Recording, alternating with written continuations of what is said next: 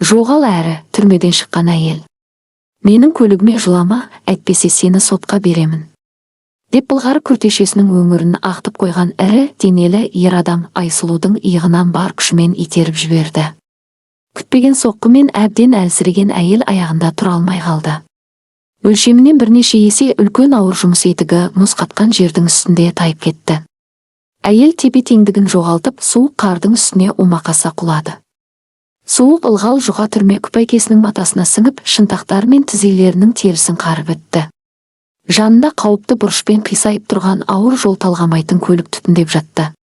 Оның мыжылған алдыңғы бөлігі қарағайдың діңіне терең кіріп кеткен. Қатты соққыдан ағаштың қабығы айырылған.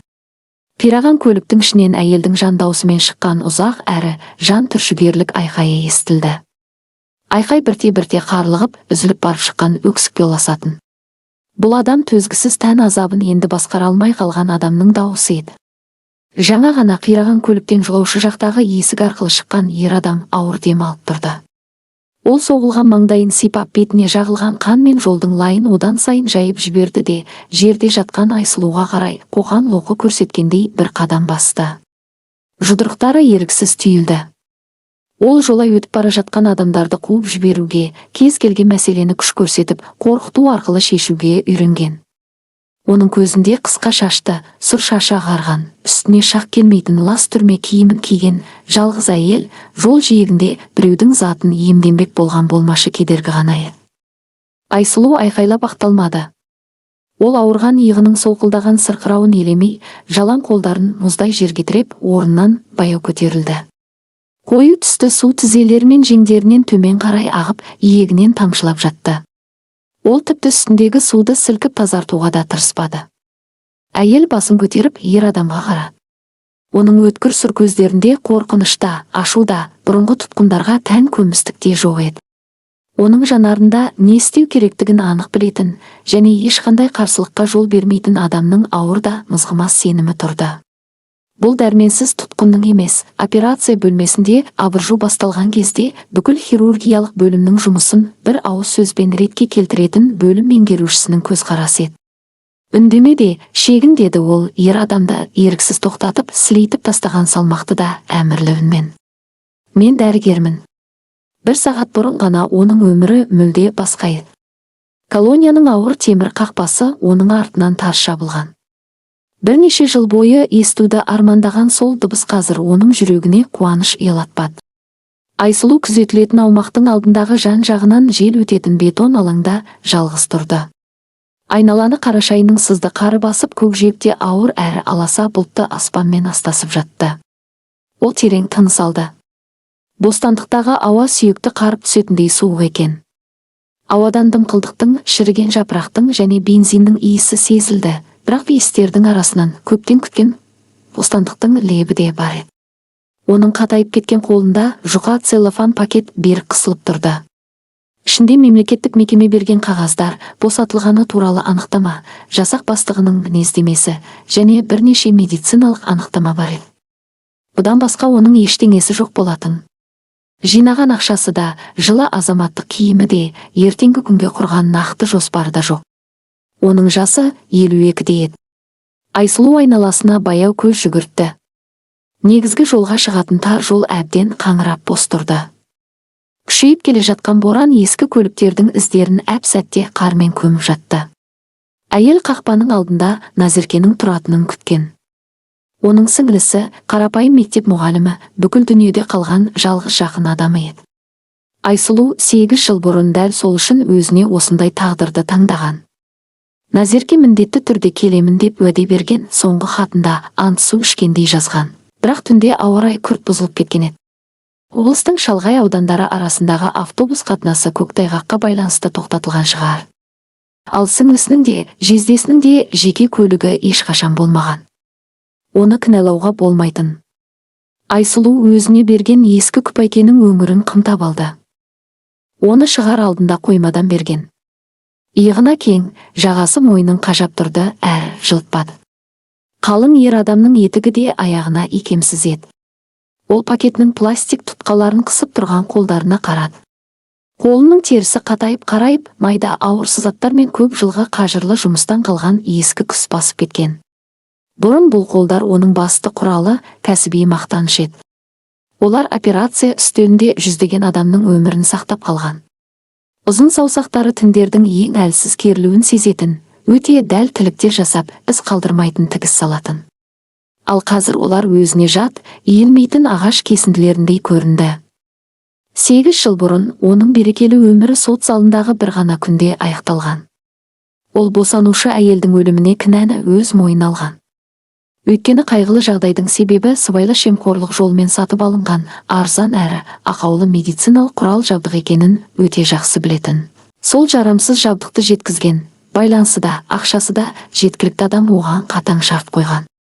Не ол медициналық құжаттарды қолдан жасауға, құралдың ақауын жасыруға және науқастың өліміне қатысты қолдан құрастырылған айыпты мойындайды, не Назеркенің үйіне тінту кезінде есірткі салынған бума табылатын еді. Ол кезде Назерке жаңа ғана тұрмысқа шыққан, тұңғыш баласын күтіп жүрген, бақытты әрі өмірге сенгіш жас әйел еді. Түрме оның өмірін бір жола талқандайтын. Айсұлу бұл азапты өз басына алуды таңдады. Ол қорқынышты құнын толық төледі. Бірақ енді мұздай желдің өтінде тұрып, жүрегінің түбінде пайда болған орасан бос кеңістікті бүкіл тәнімен сезінді. Оның маңдайына қылмыскер деген таңба мәңгі басылған еді. Жеткен жетістіктерге толы кәсіби жолы бір жола сызылып, жастық шағы өтіп, денсаулығы суық барақтарда қалған. Бір орында тұрып, ғажайыпты күтудің мәні жоқ еді. Суық киімінің ішіне өтіп, буындарын қарыстырып бара жатты.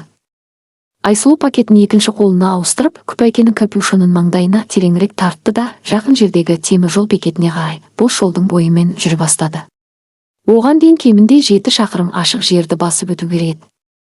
Жел минут сайын күшейіп бара жатты. Ұсақ қар бетіне соғылып, көзін сығырайтып, басын төмен салуға мәжбүр етті. Айсұлу ауыр етіктерін ырғақпен алмастырып, механикалық түрде жүріп отырды. Ара-тұра жанынан үлкен жүк көліктері гүрілдеп өтіп, жол жиегіндегі әйелдің үстіне лас су мен еріген қардың бұрқыраған шашындысын шашатын. Ол қол көтеріп көлік тоқтатуға да тырыспады. Бұл жолда ешкімге керегі жоқ екенін жақсы түсінді.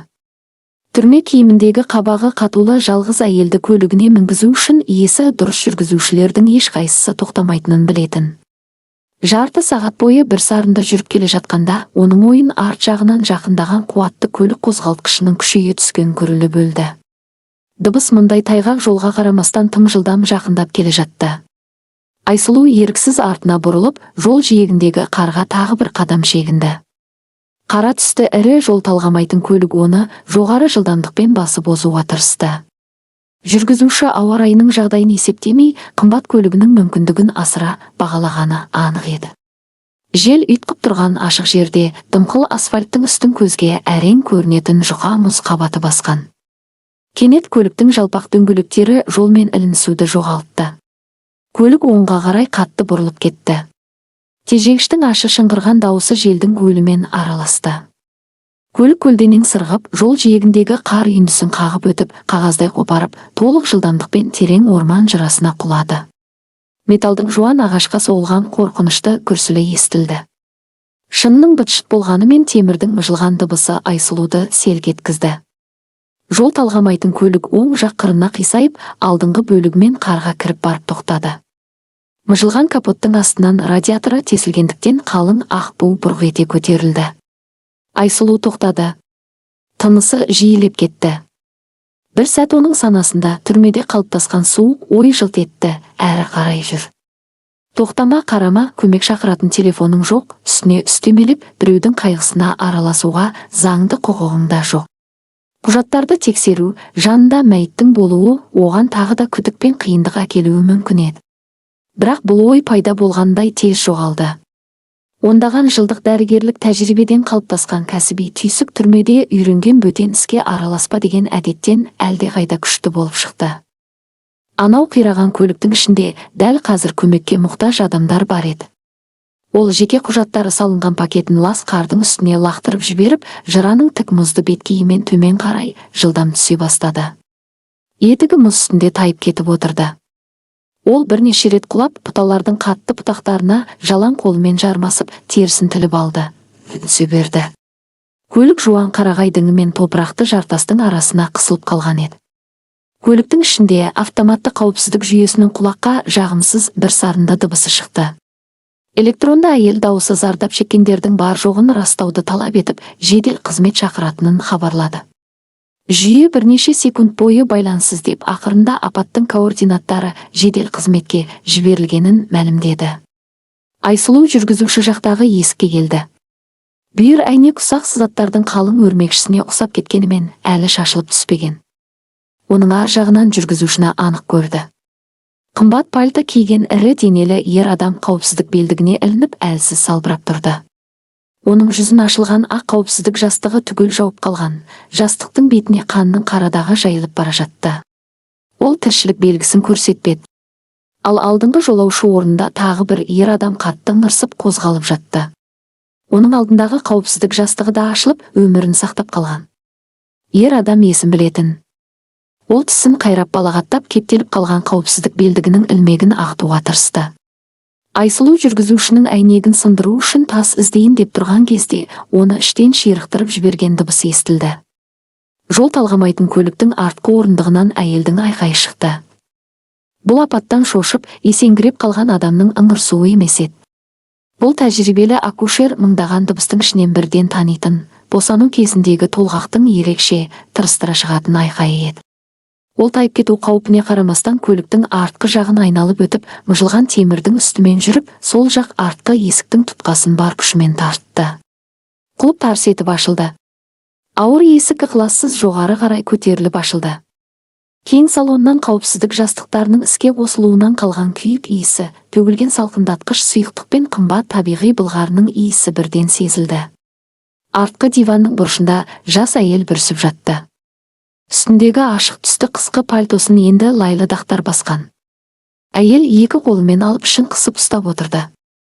Жүзі өлім түстес бозарған. Шашы тарап кетіп, маңдайына жабысып қалған. Көзінен жас сорғалады. Айсұлу бір ғана кәсіби көзқараспен жағдайды бірден бағалады. Әйел жатқан орындықтың ашық түсті былғарысы ылғалдан қатты қарайып кеткен, ал қағанақ суы әлдеқашан кеткен еді. Денесінің қалпы, үзіліп-үзіліп шығатын тынысы мен айқайының сипаты бір нәрсені анық көрсетті. Тыңжылданып жатыр. Үдеріс белсенді кезеңге әлдеқашан кірген. Соққыдан болған аса күшті дене күйзелісі мен үрей жатырдың қатты жиырылуын туғызған. Көмекті күтуге уақыт жоқ еді. Маған көмектесіңіз, мен егіз күтіп жүрмін. Дәрігерлер екінші баланың аяғымен төмен жатқанын айтқан. Апаттан кейін толғағым тоқтаусыз болып кетті. Айсұлу қолдарын есік жақтауына тіреп, жұмыс істеуге қанша орын барын бағалады. Салон қатты қисайып тұр, орын тар, сырттан соққан суық жел ішін лезде мұздатып жатты. Дем ал, жаным. Мұрынмен баяу дем алып, ауызбен шығар, деді Айсұлу анық әрі сабырлы үнмен. Босанушы әйелді қарау үшін салонға кірмек болып. Дәл осы сәтте алдыңғы жолаушы есігі қатты сықырлап ашылды. Белдігінен босай алған күзетші Самат көліктен ауыр қозғалыспен шықты. Ол ауыр дем алып, теңселіп тұрды, айналасында не болып жатқанын толық түсінбеді. Оның көзі ашық тұрған артқы есікке және бастықтың әйеліне көмектесу үшін салонға кіріп бара жатқан түрме күпәйкесін киген күдікті әйелге түсті. Оның басында дене қорғаушысына тән қарапайым түйсік бірден іске қосылды. Апат меңіреу орман, түсініксіз қаңғыбас әйел көлікке қолын сұғып жатыр. Ол Айсұлуға қарай ауыр қадам басып, алып алақанымен оның иығындағы күпәйкенің дөрекі матасынан ұстап, өзіне қарай қатты жұлқып қалды. Жоғал, қаңғыбас. Көлікке жолама, әйтпесе сотқа беремін. Деп ақырып, оны бір жаққа итеріп жіберді. Айсұлу мұздай лайға құлады. Жұқа киімінің ар жағынан дымқыл жердің суығы денесін қарып өтті. Салоннан босанушы әйелдің көмек сұраған тағы бір жан түршігерлік айқайы шықты. Айсұлу қолдарын жерге тіреп көтерілді. Иығы солқылдап ауырғанымен оған мән бермеді. 8 жыл бойы ол қорлыққа шыдап, мағынасыз бұйрықтарға бағынды, бақылаушылардың көзінен бойын аулақ ұстады. Бірақ дәл осы жерде, жолдың шетінде, адам өмірі қыл үстінде тұрған сәтте түрменің ережелері жүрмейтін. Оның бойында кезінде бүкіл жансақтау бригадасы еш сөзсіз орындайтын бұйрықтардың иесі болған дәрігер қайта оянды. Ол орнынан тұрып күзетшіге қарады. Үндемеде шегін деді Айсұлу, оның дауысы болаттай нық еді. Мен дәрігермін. Самат қатып қалды. Қайта итеруге дайын тұрған ірі қолы ауада сол қалпы салбырап қалды. Қардың ішінде тізесіне дейін батып тұрған мына жыртық киімді әйелдің бойынан ол өмірінде бұрын кездеспеген билікке бағынбайтын, ешкімге жалтақтамайтын күшті сезді. Бұл оның бастығына жұмыс істеп ақшасымен байланысы бар адамдардың алдында иілу арқылы көрген күш емес еді. Бұл адам өмірі мен өліміне жауапкершілікті өз мойнына алатын адамның күші болатын. Бірақ бәрін дөрекілікпен шешуге үйренген көп жылғы әдеті қайта бас көтерді. Самат бірнеше рет жиі көзін ашып жұмып, мең-зең күйден арылды да, алға қадам басып, қисайып қалған көліктің есік жақтауын көлегеледі. Қандай дәрігерсің, апай?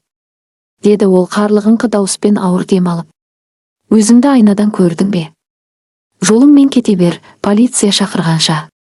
Қалғанын өзіміз шешеміз. Қисайған салонның қараңғы ішінен тағы да ұзақ әрі қаштатын, тырыстыра шыққан айқай естілді. Айсұлу бір қадамда шегінбеді.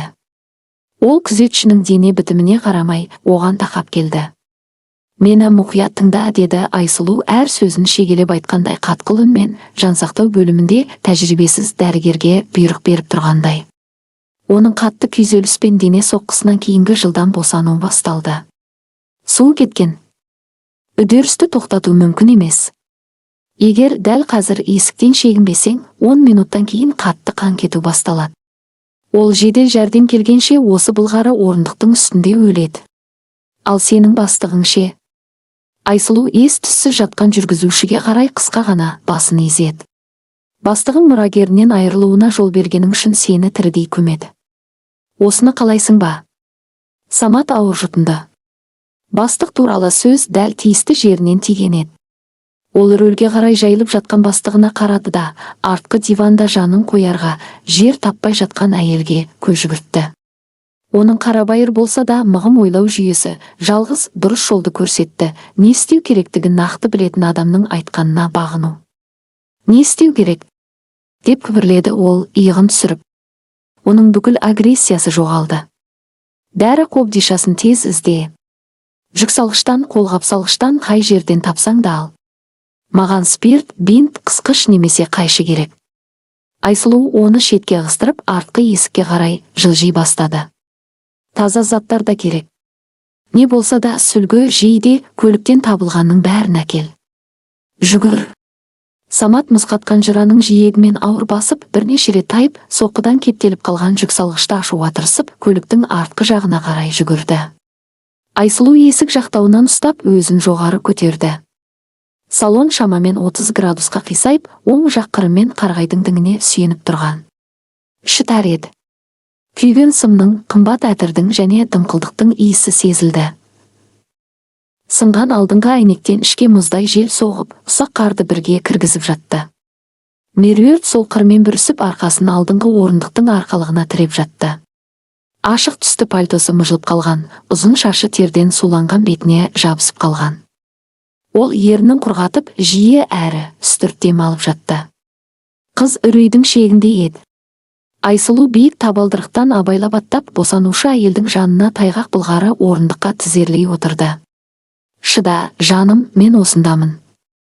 Қазір бәрін бірге еңсереміз, деді ол ақырын әрі жұбата сөйлеп, қыздың тыныс алуын жеңілдету үшін пальтосының түймелерін ағытуға қол созып. Меруерт электр тогы соққандай селк етіп денесін тартып алды. Ауырсыну мен қорқыныштан шарасына шыққан көздері Айсұлуға қадалды. Ол малмандай су болған лас күпәйкені, қысқа сұр шашты, бетіне күйі мен жолдың лайы жағылған әйелді көрді. Өзін өзі сақтау түйсігі жиіркеніш сезіммен араласып кетті. Оның алдында кім тұрғанын түсінбеді. Маған тимеңіз, деп айқайлады Меруерт, аяғындағы қымбат күдері етігімен Айсұлудың қолын итеріп. Өзіңіз лассыз. Кетіңіз мұнда. Маған жақындамаңыз. Ол қисайған орындықтың ең түкпіріне тығылып, ішін қолымен бүркемеледі, жолдан келген қорқынышты әйелден іштегі баласын қорғағысы келгендей. Ауырсынудың жаңа толқыны денесін бұрап, белін доғадай етірді. Меруерт ернін қаншық-қанша тістеп дірілдеп жатты. Айсұлу қолдарын сабырмен алып қойды. Ол таласпады, жалынбады, өкпелемеді. Өкпе операция бөлмесінде жол беруге болмайтын сән салтанат. Тіпті операция бөлмесі орманның ортасында қираған жол талғамайтын көліктің ішінде болса да. Қазір сөздің пайдасы жоқ екенін, әрекет ету керектігін ол жақсы білетін. Есік жақтауында ентігіп Самат көрінді. Бір қолында көлікке арналған дәрі қобдишасының пластик қорабы, екінші қолында қымбат былғары сөмке бар. Сөмкенің ішінен аппақ ерлер жейделері көрініп тұрды. Мұнда бер деп бұйырды Айсұлу, заттарды қолына ала сала. Ол қобдишаны ашып, пластик ілмектерін жылдам ағытты. Қобдишаның ішінде бір рет қолданылатын қолғаптар, бинттер, зарарсыздандырылған сүрткіштер мен қайшы бар еді. Самат жолға арналған былғары сөмкеден шағын құты антисептик тауып алды. Дәл керегі осы. Әйел құтыны орындықтың шетіне қойып, тісімен пластик қақпағын жұлып алды да алақандарын алға созды. Бұл 8 жыл бойы орман кескен адамның қолдары еді. Терісі қатайып, ағаштың қарашаңы ұсақ сызаттарға сіңіп қалған. Алақандар мен буындарында терең, ауыр күстер бар. Бір кездері бұл саусақтар ең нәзік тіндердің болмашы керілуін сезіп, аса дәл тіліктер жасап, көрінбейтін тігістер салатын. Енді олар өзіне жат секілді көрінгенімен, дәл қазір сол қолдар бұрынғы өнерін қайта еске түсіруі тиіс еді. Айсұлу мөлдір сұйықтықты алақанның ортасына молынан құйды. Спирт ондаған ұсақ сызатпен жарыққа бірден сіңіп, адам төзгісіз ашытты. Тісін қысып, дәрігер қолдарын бар күшімен үйкелей бастады. Айсұлу оларды сондай ашумен сықылады, бейне бір жолдың лайын ғана емес, осы 8 жылдық қорлықтың бар ізінде терісінен сылып тастағысы келгендей еді. Алақандары мен саусақтарының терісі қызарып, ыстық қанға толды. Спирттің өткір медициналық иісі салондағы темекі мен әтірдің иісін басып кетті. Өңдеуді аяқтаған соң, ол қимылына кедергі келтірген су болған күпәйкесін еденге тастап, жұқа, өңі кеткен жемпірмен ғана қалды. Мұздай жел арқасына бірден соғып, терісін бүртік етті. Қайғылы оғаннан. Енді суықтың маңызы жоқ еді. Айсұлу меруертке қайта бұрылды. Қызы оған ауыр дем алып қарап отырды. Спирттің иісімен бейтаныс әйелдің нақты, өлшеулі қимылдары босанушы әйелді аздап есін жиюға мәжбүр етті. Көзіндегі үрей бірте-бірте сенімсіз таңданысқа ауыса бастады. Дәрігер қызыл, спирттің иісі сіңген қолдарын созып, меруерттің бозарып, тер басқан жүзін алақанына анық, бірақ өте абайлап ұстады. Бас бармақтары оның бет сүйектеріне тиіп, қыздың тура өзіне қарауына мәжбүр етті. Қызым, маған қара, деді Айсұлу, оның үні төмен, жұмсақ әрі кез келген үрейді тоқтататын ананың сабырлы күшіне толы еді. Көзіме қарада, мені тыңда. Меруерт үнсіз қалып, осы бір өткір әрі мүлде күмәнсіз көзқарасқа еріксіз бағынды. Менің қолдарым мың адамның өмірін сақтап қалды, деді Айсұлу әр сөзін баяу бөліп. Мен акушер дәрігермін. Өмірімде сен осы қалада көрген адамдардан да көп баланы дүниеге әкелуге көмектестім. Енді сенің балаларыңды да дәл осы қолдар құтқарады, өйткені мұнда бізден басқа ешкім жоқ. Жедел жәрдемде жоқ, ақ халатты профессорлар да жоқ, жабдықталған палата да жоқ. Тек сен және мен. Түсіндің бе? Егер балаңның тірі болғанын қаласаң, мені тыңдайсың. Меруерт қинала жұтынды. Осы болаттай сенімге арбалған ол басын сәл ғана изеді. Иығындағы кернеу біршама басылды. Кәсіби шеберліктің алдында оның үрейі кейін шегінді. Жарайсың, енді жұмыс істейміз. Айсұлудың үні лезде іскер әрі қысқа қалыпқа түсті. Осы уақыт бойы ашық есіктің алдында ары-бері таптанып, салонға қарап тұрған күзетші Самат бұйрық күткендей тік тұра қалды. Есік аузында тұр. Арқан мен желді бөгеп, бізге қалқан бол, деді ол. Жейделерді де бер әкел. Оларды жалпақ жолақтарға жырт. Тез. Қымбат маты қатты жыртылғанда тарс еткен дыбыс шықты. Самат бар күшін салып, бастығының жейделерін біркелкі бөліктерге жыртып, Айсұлуға беріп отырды. Әйел қимылын нақты әрі механикалық түрде жасап, Меруертті жылдам қарап шықты. Жағдай күшті дене және эмоциялық күйзелістен кейінгі жылдам босануға тән еді. Үдеріс тым тез жүріп жатқан. Тіндер табиғи түрде созылып үлгермеген. Сондықтан ауырсыну орасан зор еді. Жақсы, жаным, менің бұйрығымды тыңда. Айсұлу таза матаның бүктелген бөліктерін қыздың арқасы мен жамбасының астына шебер орналастырып, қолдан зарарсыздандырылған алаң жасады. Қазір жаңа толғақ келеді. Айқайлама, айқай күшіңді алады. Өзіңе де, балаңа да оттегі керек. Терең тыныс ал да, иегіңді кеудеңе жақындат, төмен қарай күшен. Түсіндің бе? Ауырған жерге қарай күшен. Меруерттің жүзі құбылып кетті. Кезекті толғақ жатырын қатты қысты. Қыз терең тыныс алып, ұрты томпайып, былғары қаптаманы ағарған саусақтармен қысып ұстап, бұйрықты орындауға тырысты. Жүр, жұмыс істе. Айсұлудың дауысы бүкіл кеңістікті толтырып, қызға бағыт беріп, әрекет етуге мәжбүрлеп тұрды.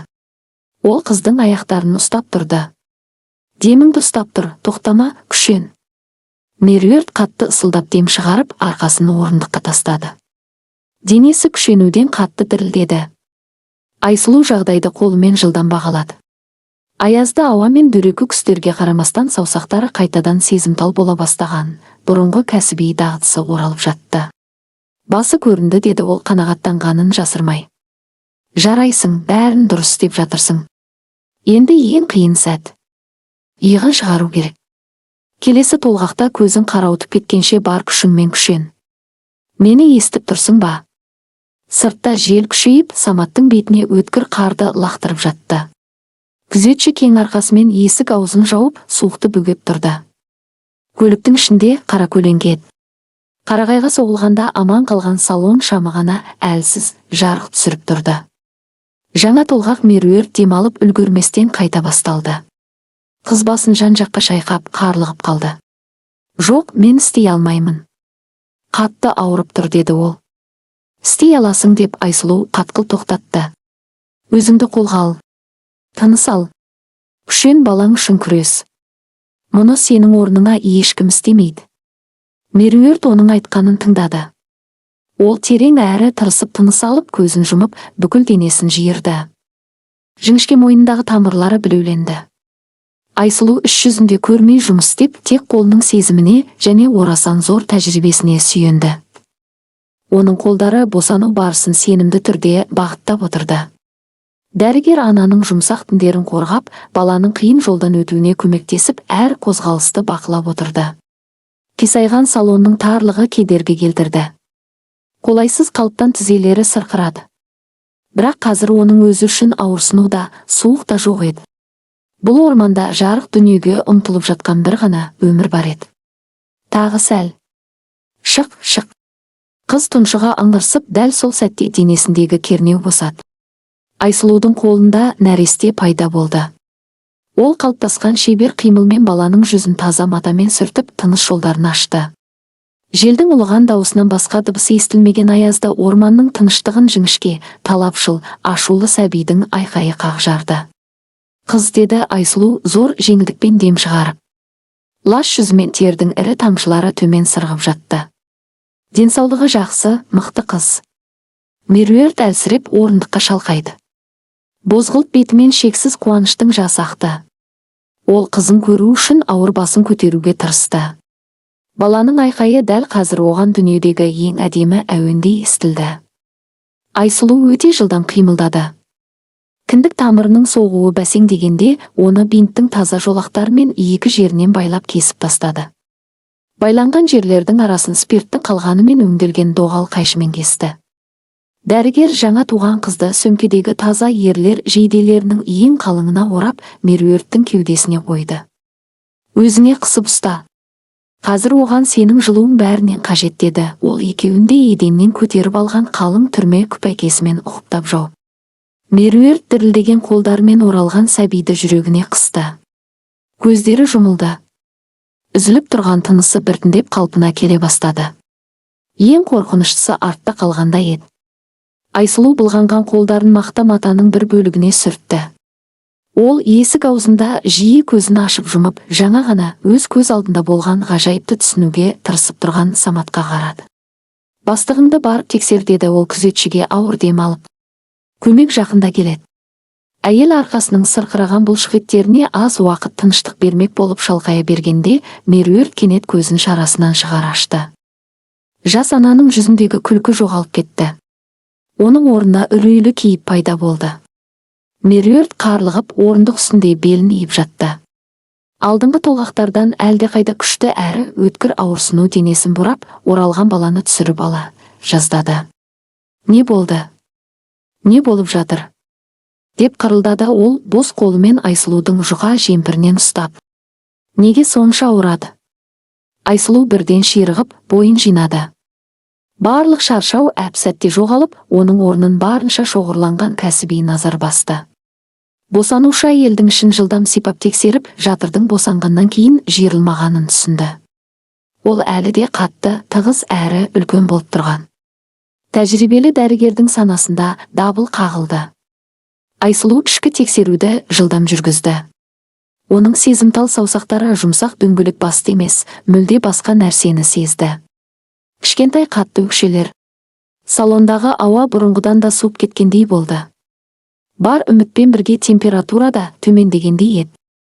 Айсұлу ауыр дем алып жатқан Меруертке баяу көз көтерді. Жүзі кәсіби сабырлылығын сақтағанымен іші түйін болып түйілді. Егіз, деді Айсұлу ақырын, бірақ анық. Екіншісі аяғымен келе жатыр. Жылдан босану кезінде баланың жамбаспен келуі, оның үстіне тиісті жабдық жоқ жағдайда босандыру кез келген акушердің тынысын тарылтатын диагноз. Жарық операциялық бөлмеде жанында мониторлар, анестезиологтар мен жаңа туған нәрестелер дәрігерлерінің кезекші бригадасы тұрғанда бұл күрделі болғанымен күнделікті кезетін жағдай еді.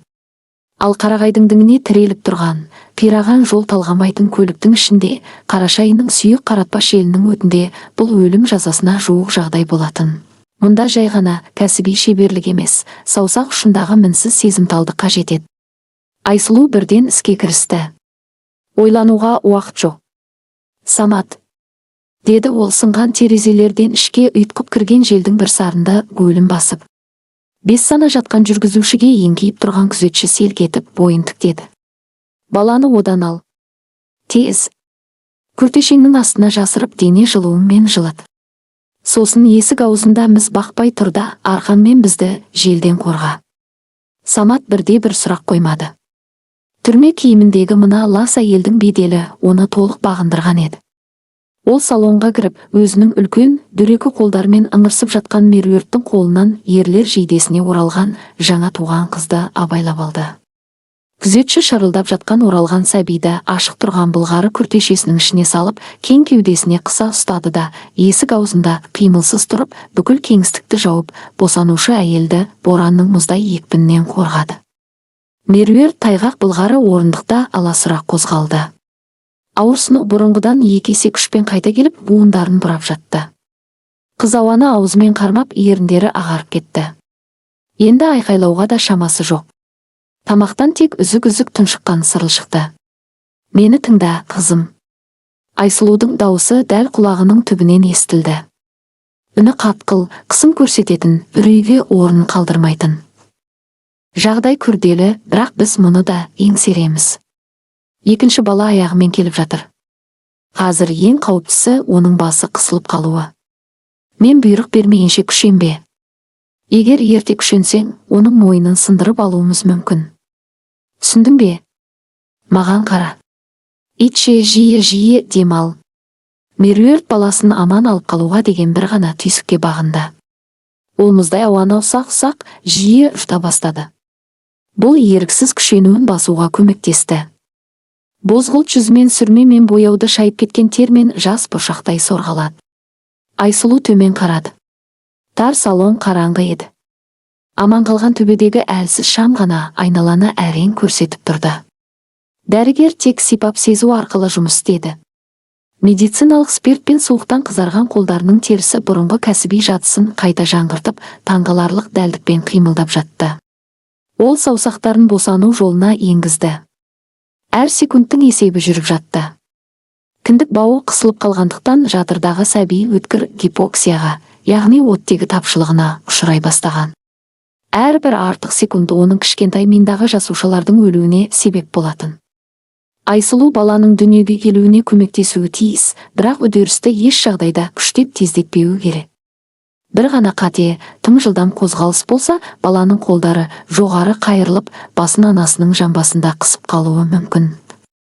Бұл абсолютті бақылауды талап ететін өте нәзік жұмыс еді. Шыда, жаным, қазір ауырады, деді Айсұлу тіс арасынан. Ол сыртқа көріне бастаған көгеріңкі кішкентай өкшелерді абайлап ұстап, баланың денесін табиғи бағытымен төмен қарай бағыттады. Суықтан Айсұлудың саусақтары дірілдегенімен, ол оларды сезімтал күйде ұстауға бар күшін салды. Күшен, қатты, ұзақ күшен, деп бұйырды дәрігер сәбидің иықтары қажетті деңгейге жеткенде. Меруерт жанындағы бар күшін сол айқайға салып жібергендей жан даусымен айқайлады. Денесі доғадай иілді. Саусақтары былғары орындықты тырнап қаптамада із қалдырды. Айсұлу баланың денесін ұстап алды. Бұл ондаған жылдық тәжірибеде сан рет орындалған классикалық әдіс еді. Бірақ қазір оны қисайған көліктің ішінде тізерлеп отырып, аса қолайсыз жағдайда орындауға тура келді. Ол алдымен бір кішкентай қолын босатып, босану жолынан абайлап шығарды, содан кейін екіншісінде шығарды. Енді ең қиын бөлігі қалды. Басы, тынысы ал, күшенбе, дем шығар, деп айқайлады ол. Дәрігер саусақтарын баланың төменгі жағына қойып, басын кеудесіне қарай сәл иді. Осылайша ол ең кіші өлшемімен өтіп, анасының тіндерін жарақаттамауы керек еді. Өзіне және жоғары қарай жасалған жеңіл әрі дәл қозғалыстан кейін нәрестенің денесі оның қан жұққан алақанына толық сырғып түсті. Меруерт ыңырсып орындық арқалығына шалқайды. Басы жанға қарай әлсіз сырғып кетті. Көздері жұмылды. Қыз әлсіреп орындыққа құлады, бірақ есін жоғалтпады. Айсұлу оның тынысының бір қалыпты екенін және қатты қан кетпегенін тексерді. Бірақ дәрігер анаға қарамады. Оның бүкіл назары, бар зейіні қолындағы сәбиге ауған. Бұл ұл бала еді, бірақ ол жыламады. Темірдің, күйген сымның және қанның иісі сіңген тар салонда бір түрлі тыныштық орнады. Сыртта боранның ысқырығы ғана, ал есік аузында тұрған Саматтың үзік тынысы естілді.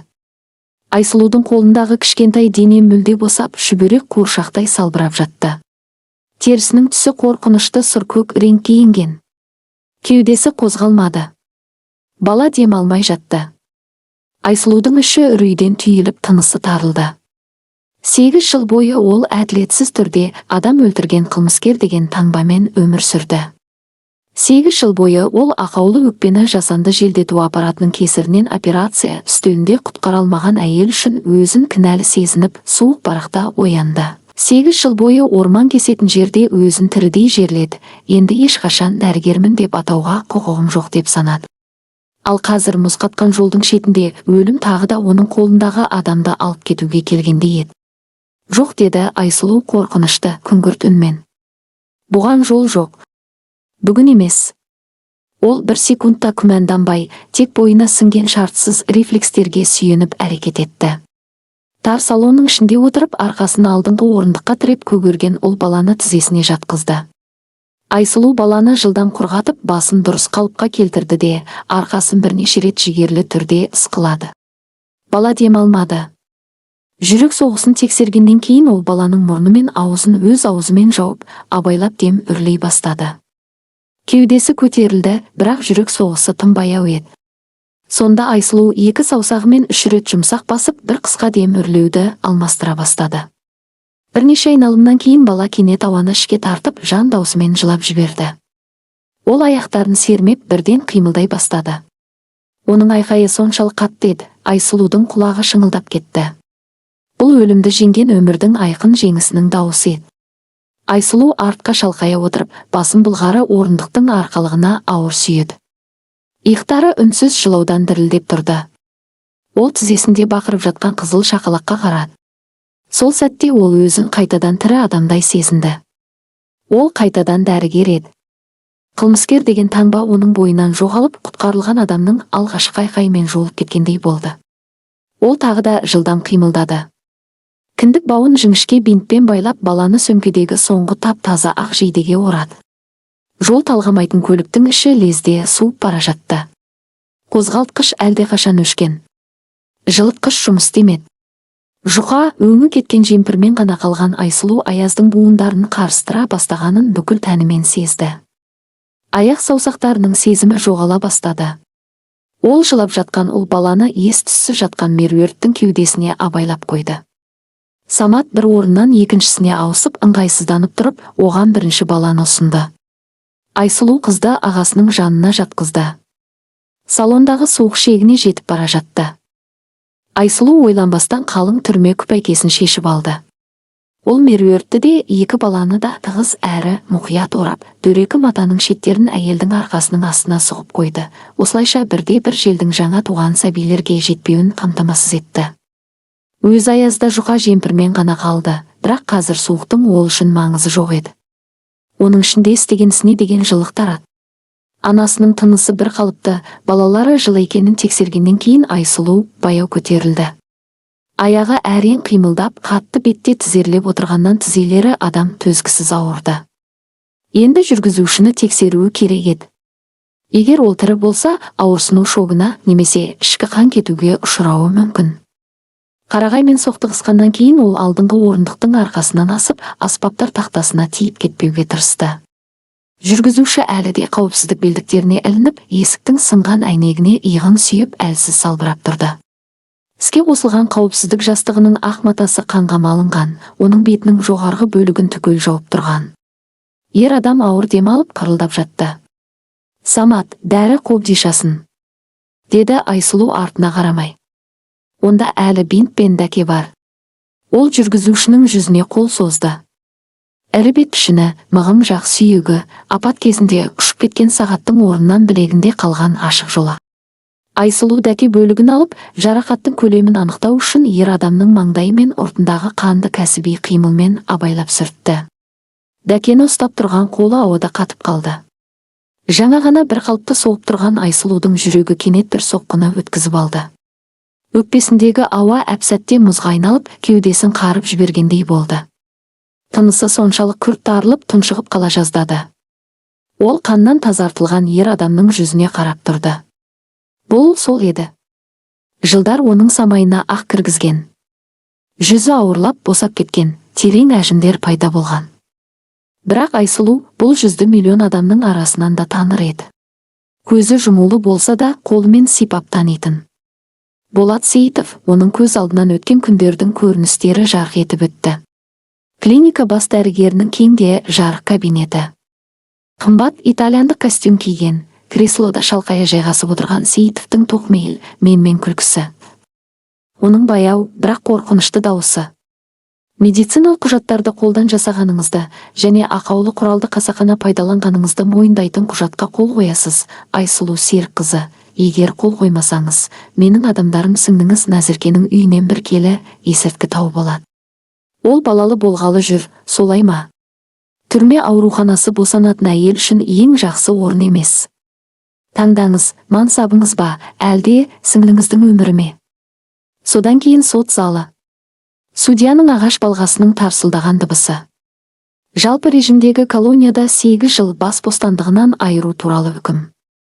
Залдан жылап, бұл жаланың бәріне сенбейтінін айтып айқайлаған Нәзірке, ал бірінші қатарда отырған осы Болат Сейітовның жеңгіне түзеп, өзін жеңсін отырған. Науқастың өліміне себеп болған ақаулы құралды жеткізген адам. Оның өмірін талқандаған, кәсібінен атын өшірген, суық барақтарда шіруге мәжбүрлеген адам. Бұл ақиқат оны есеңгіретіп, бір сәтке тынысын ішіне тартып қалды. Айсұлу баяу ғана қанға боялған лас қолдарына қарады. Ол жаңа ғана өз өмірін қатерге тігіп, соңғы күшін сарқып, өзінің жазалаушысының әйелін және 2 баласын ажалдан алып қалды. Өзін барынан айырған адамға мұрагер сыйлады. Қанды дәкені қысып тұрған саусақтары майда дірілдей бастады. Айсұлу қираған жол талғамайтын көліктің алдыңғы орындығында тізерлеп отырып, жүргізушінің жүзінен көзін ала алмады. Салон үшін табиғи емес тыныштық басты. Қозғалтқыш әлдеқашан өшкен. Автоматты хабарлау жүйесінің бір сарында дыбысы да тоқтаған. Тек мұздай қараша желі сынған бүйір әйнек арқылы ауыр гүлмен ішке кіріп тұрды. Меруерттің кеудесінде қалың түрме күпәйкесіне сенімді оралған 2 кішкентай сәби бір қалыпты тыныс алып жатты. Айсұлу үшін уақыт баяулағандай әрбір келесі секунд шексіздікке созылып кеткендей еді. Спиртпен сүртіліп, бөтен адамның қаны жағылған қызыл қолында дәке бөлігі қатты қысылып тұрды. Қасында мыжылған пластик аспаптар тақтасында зарарсыздандырылған бинттің ашылған орамы жатты. Сейітов әлі ес-түссіз. Маңдайындағы терең жарадан қан әлі де қатты ағып, іске қосылған қауіпсіздік жастығының қалдығын, қымбат кашемир пальтосының жағасын және рөлдің былғары қаптамасын қара қошқыл қанға бояп жатқан. Ер адамның тынысы үзік-үзік, үстірт әлсіз ысқырықты сырылмен шығып жатты. Көліктің тіреуіне басын қатты соғуы, ауырсыну шоғы және қатты аяз жағдайындағы қан жоғалтудың үдей түсуі өз әсерін тигізіп жатқан. Айсұлу жоғары санатты дәрігер ретінде клиникалық жағдайды медициналық құралсыз-ақ анық көріп тұрды. Оның 5 минуттан, әрі кетсе 7 минуттан артық уақыты жоқ еді. Егер дәл қазір қысып тұратын таңғыш салып, қан кетуді тоқтатпаса, Болат Сейітов құтқарушылар келгенше өмір сүре алмайды. Соққыдан әлсіреген жүрегі қан қысымының күрт төмендеуіне шыдамайды. Ол өзінің қираған көлігінде, қалың орманның ішінде қан жоғалтып әрі тоңып, есін жимастан үнсіз өледі. Дәке бөлігін қысып тұрған Айсұлудың саусақтары дір етті. Оның ішінде дәрігерлік зейінді ығыстырып, ауыр әрі адам төзгісіз ашы, өкініш пен реніш көтерілді. Бұл тіпті жек көрушілік емес еді. Жек көрушілік тез сөніп, артында бос қуыс қалдырады. Ал мұнда 8 жыл бойы күн сайын, сағат сайын жиналған әділдікке деген жан азабы бар еді. Ол Сейітовтің ірленіп кеткен жүзіне, ағарған самайына қарап тұрғанда, өткен күндердің анық әрі аяусыз көріністері қайта-қайта көз алдына келді. Ол алғаш рет жалғыз адамдық камераның табалдырығын аттағанын есіне алды. Қысқа ғана жазғы кезеңнің өзінде солтүстік жақтың сызды суығы сүйекке дейін өтетін.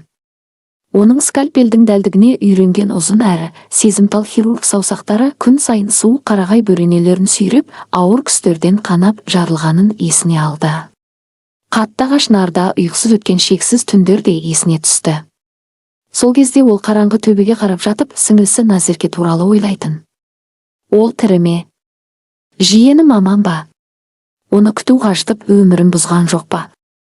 Ал осы уақыт бойы дәл қазір алдында дәрменсіз жатқан адам жылы төсекте ұйықтап, қымбат мейрамханаларда тамақтанып, банк шоттарындағы ақшасын көбейтіп, жазасыз өмірінің қызығын көріп келді. Ол Айсұлуды таптап өтіп, әрі қарай өмір сүре берген. Ештеңе істеме, деп сыбырлады оның ішіндегі суық әрі есепке құрылған дауыс кәсіби түйсігін басып. Оны тастап кет. Көліктен түсте, жолға шық. Сен мүмкін емес нәрсені жасадың. Оның әйелінде 2 баласында өз денсаулығыңды қатерге тігіп құтқардың. Дәрігерлік міндетіңді толық орындадың. Егер жай ғана шетке шегінсең, әлемдегі ешбір сот, ешбір тергеуші сені кінәлай алмайды. Бұл апат. Ол мұзды жолда көлігін басқара алмады. Табиғат өзі бастаған істі өзі аяқтасын. Оның қолындағы бинт тізесіне баяу түсті. Айсұлу өзінің жазалаушысының бозарып, түсі қашып бара жатқан жүзіне қарап тұрды. Бір сәт сыртқы дүниенің барлық дыбысы жоғалып кеткендей болды. Дәл осы сәтте оның қолындағы дөрекі саусақтардың ұшында бір адамның өмірі тұрды. Ол қылмыс жасауы керек емес еді. Бар болғаны теріс айналып, аязда 10 минут күту жеткілікті еді. Орман тыныштығын тек күшейіп келе жатқан желдің сықырығы бұзды. Бірақ дәл сол сәтте қисайған салонның түкпірінен жаңа туған ұл баланың талапшыл әлсіз шарылы естілді. Осыдан 15 минут бұрын ол өз деммен сол баланың өміріне қайта жан бітіріп, әр секунд сайын оны өлімнен тартып алған еді. Айсұлу ауыр ұйқыдан оянғандай селк ете қалды. Ол қолдарына қарады. Ағаш шаңынан қарайған қатты тері, ескі тілік іздері, меруерттің қанынан қалған жаңа қарадықтар. Мен дәрігермін. Осы ой оның санасын сондай мызғымас айқындықпен тіліп өтті. Барлық күмән бірақ сәтте құлап, орнын кәсіби міндет басты. Ол өзін судьяға да, жазалаушыға да айналдыра алмайтын. Егер қазір оның өлуіне жол берсе, медициналық институтқа алғаш түскен күннен бері сенген барлық құндылығын жоққа шығарар еді. Ол да өзгенің өмірін түкке тұрғысыз санайтын қатыгез адамға айналар еді. Екеуінің айырмашылығы дәл осы таңдауда еді. Тісін жақ сүйектері ауырғанша қысып, Айсұлу алға еңгейді. Саусақтары орасан зор жүйкелік қысымнан дірілдегенімен, қимылдары дәл, жылдам әрі қалды. Ол қалың дәке тампонын жыртылған жараның үстіне қойып, ес-түссіз жатқан Сейітовтің әлсіз ауырсыну үнін елемей, саусақтарымен қатты басты. Бинтті жылдам әрі шебер орап, жараның шеттерін тартып, атқылаған қанды тоқтатты. Менің дәрігерлік антым сенің арамдығыңнан биік болат деп сыбырлады ол, ер адамның желкесіне түйінін қатты байлап. Сен мұнда өлмейсің. Маған және менің отбасыма жасағаныңның бәрі үшін жауап беруің үшін өмір сүресің.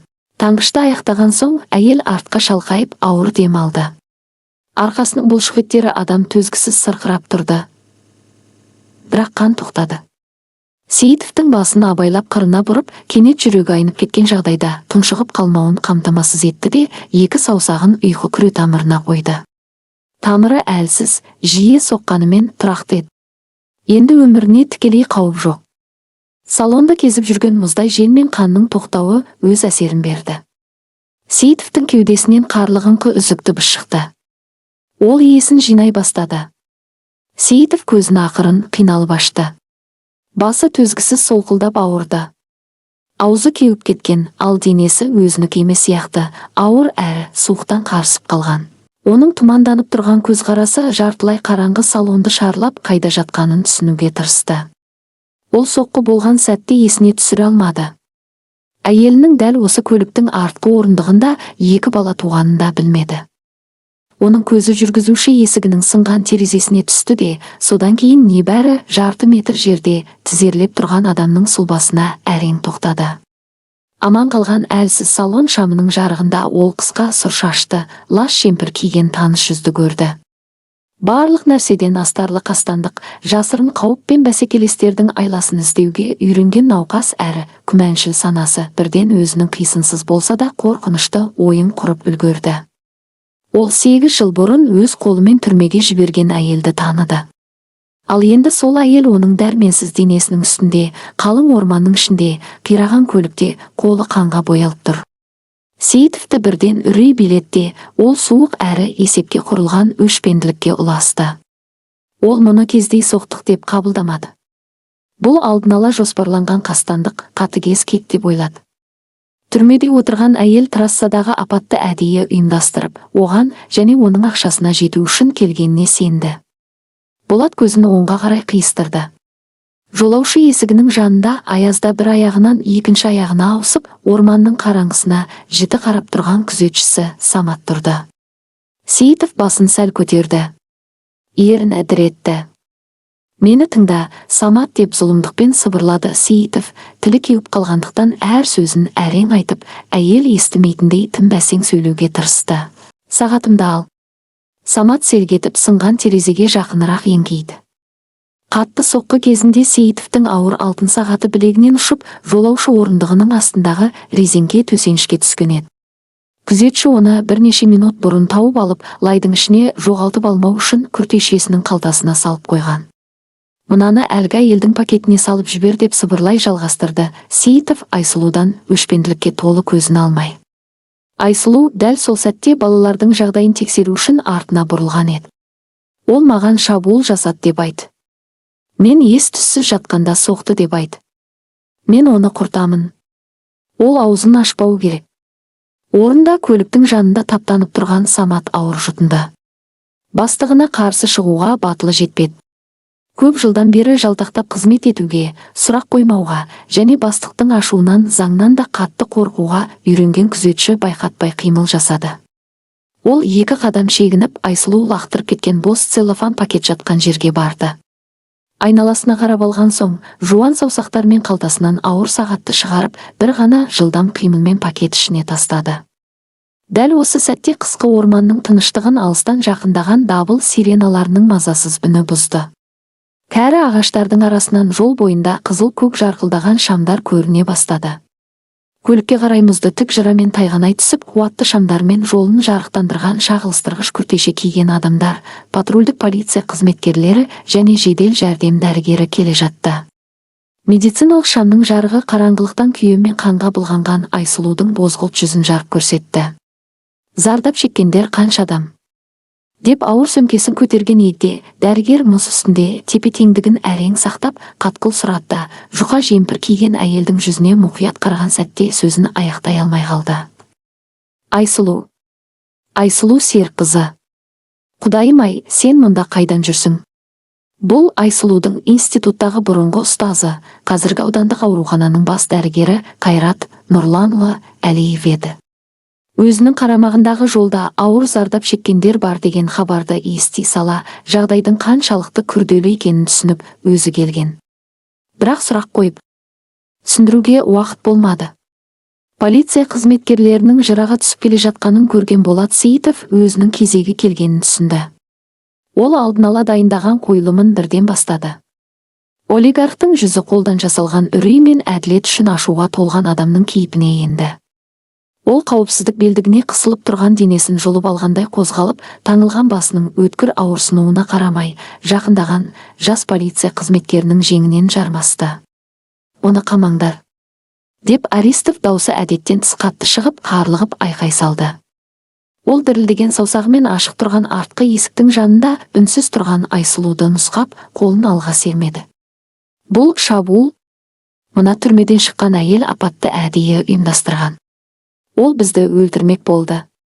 Жол патрульдік полиция қызметкерлері мен медицина мамандары сілейіп тұрып қалды.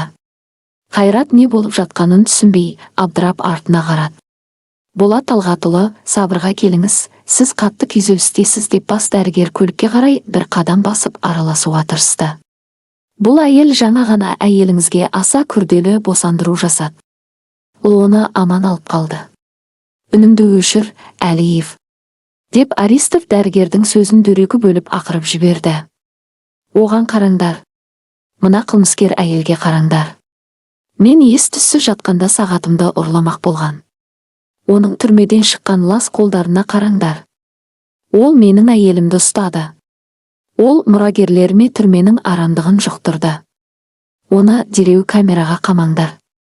Жиіркеніш пен ашуға толы, беті бүлк етпейтін арсыз өтірік пен қара ниетті алғысыздықтан туған айқай аязда ауада қалықтап, алыстан естілген сирена үніне араласып кетті.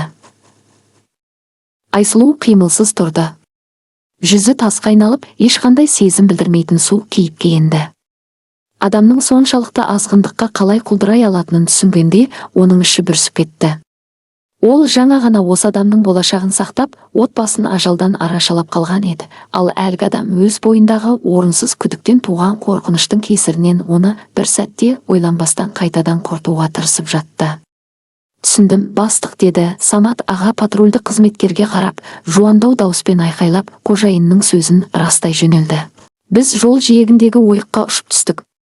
Мен 1-2 минутқа есімнен танып қалдым. Есімді жиып қарасам, мына қаңғыбас әйел көліктің ішінде әлденені ақтарып жүр екен.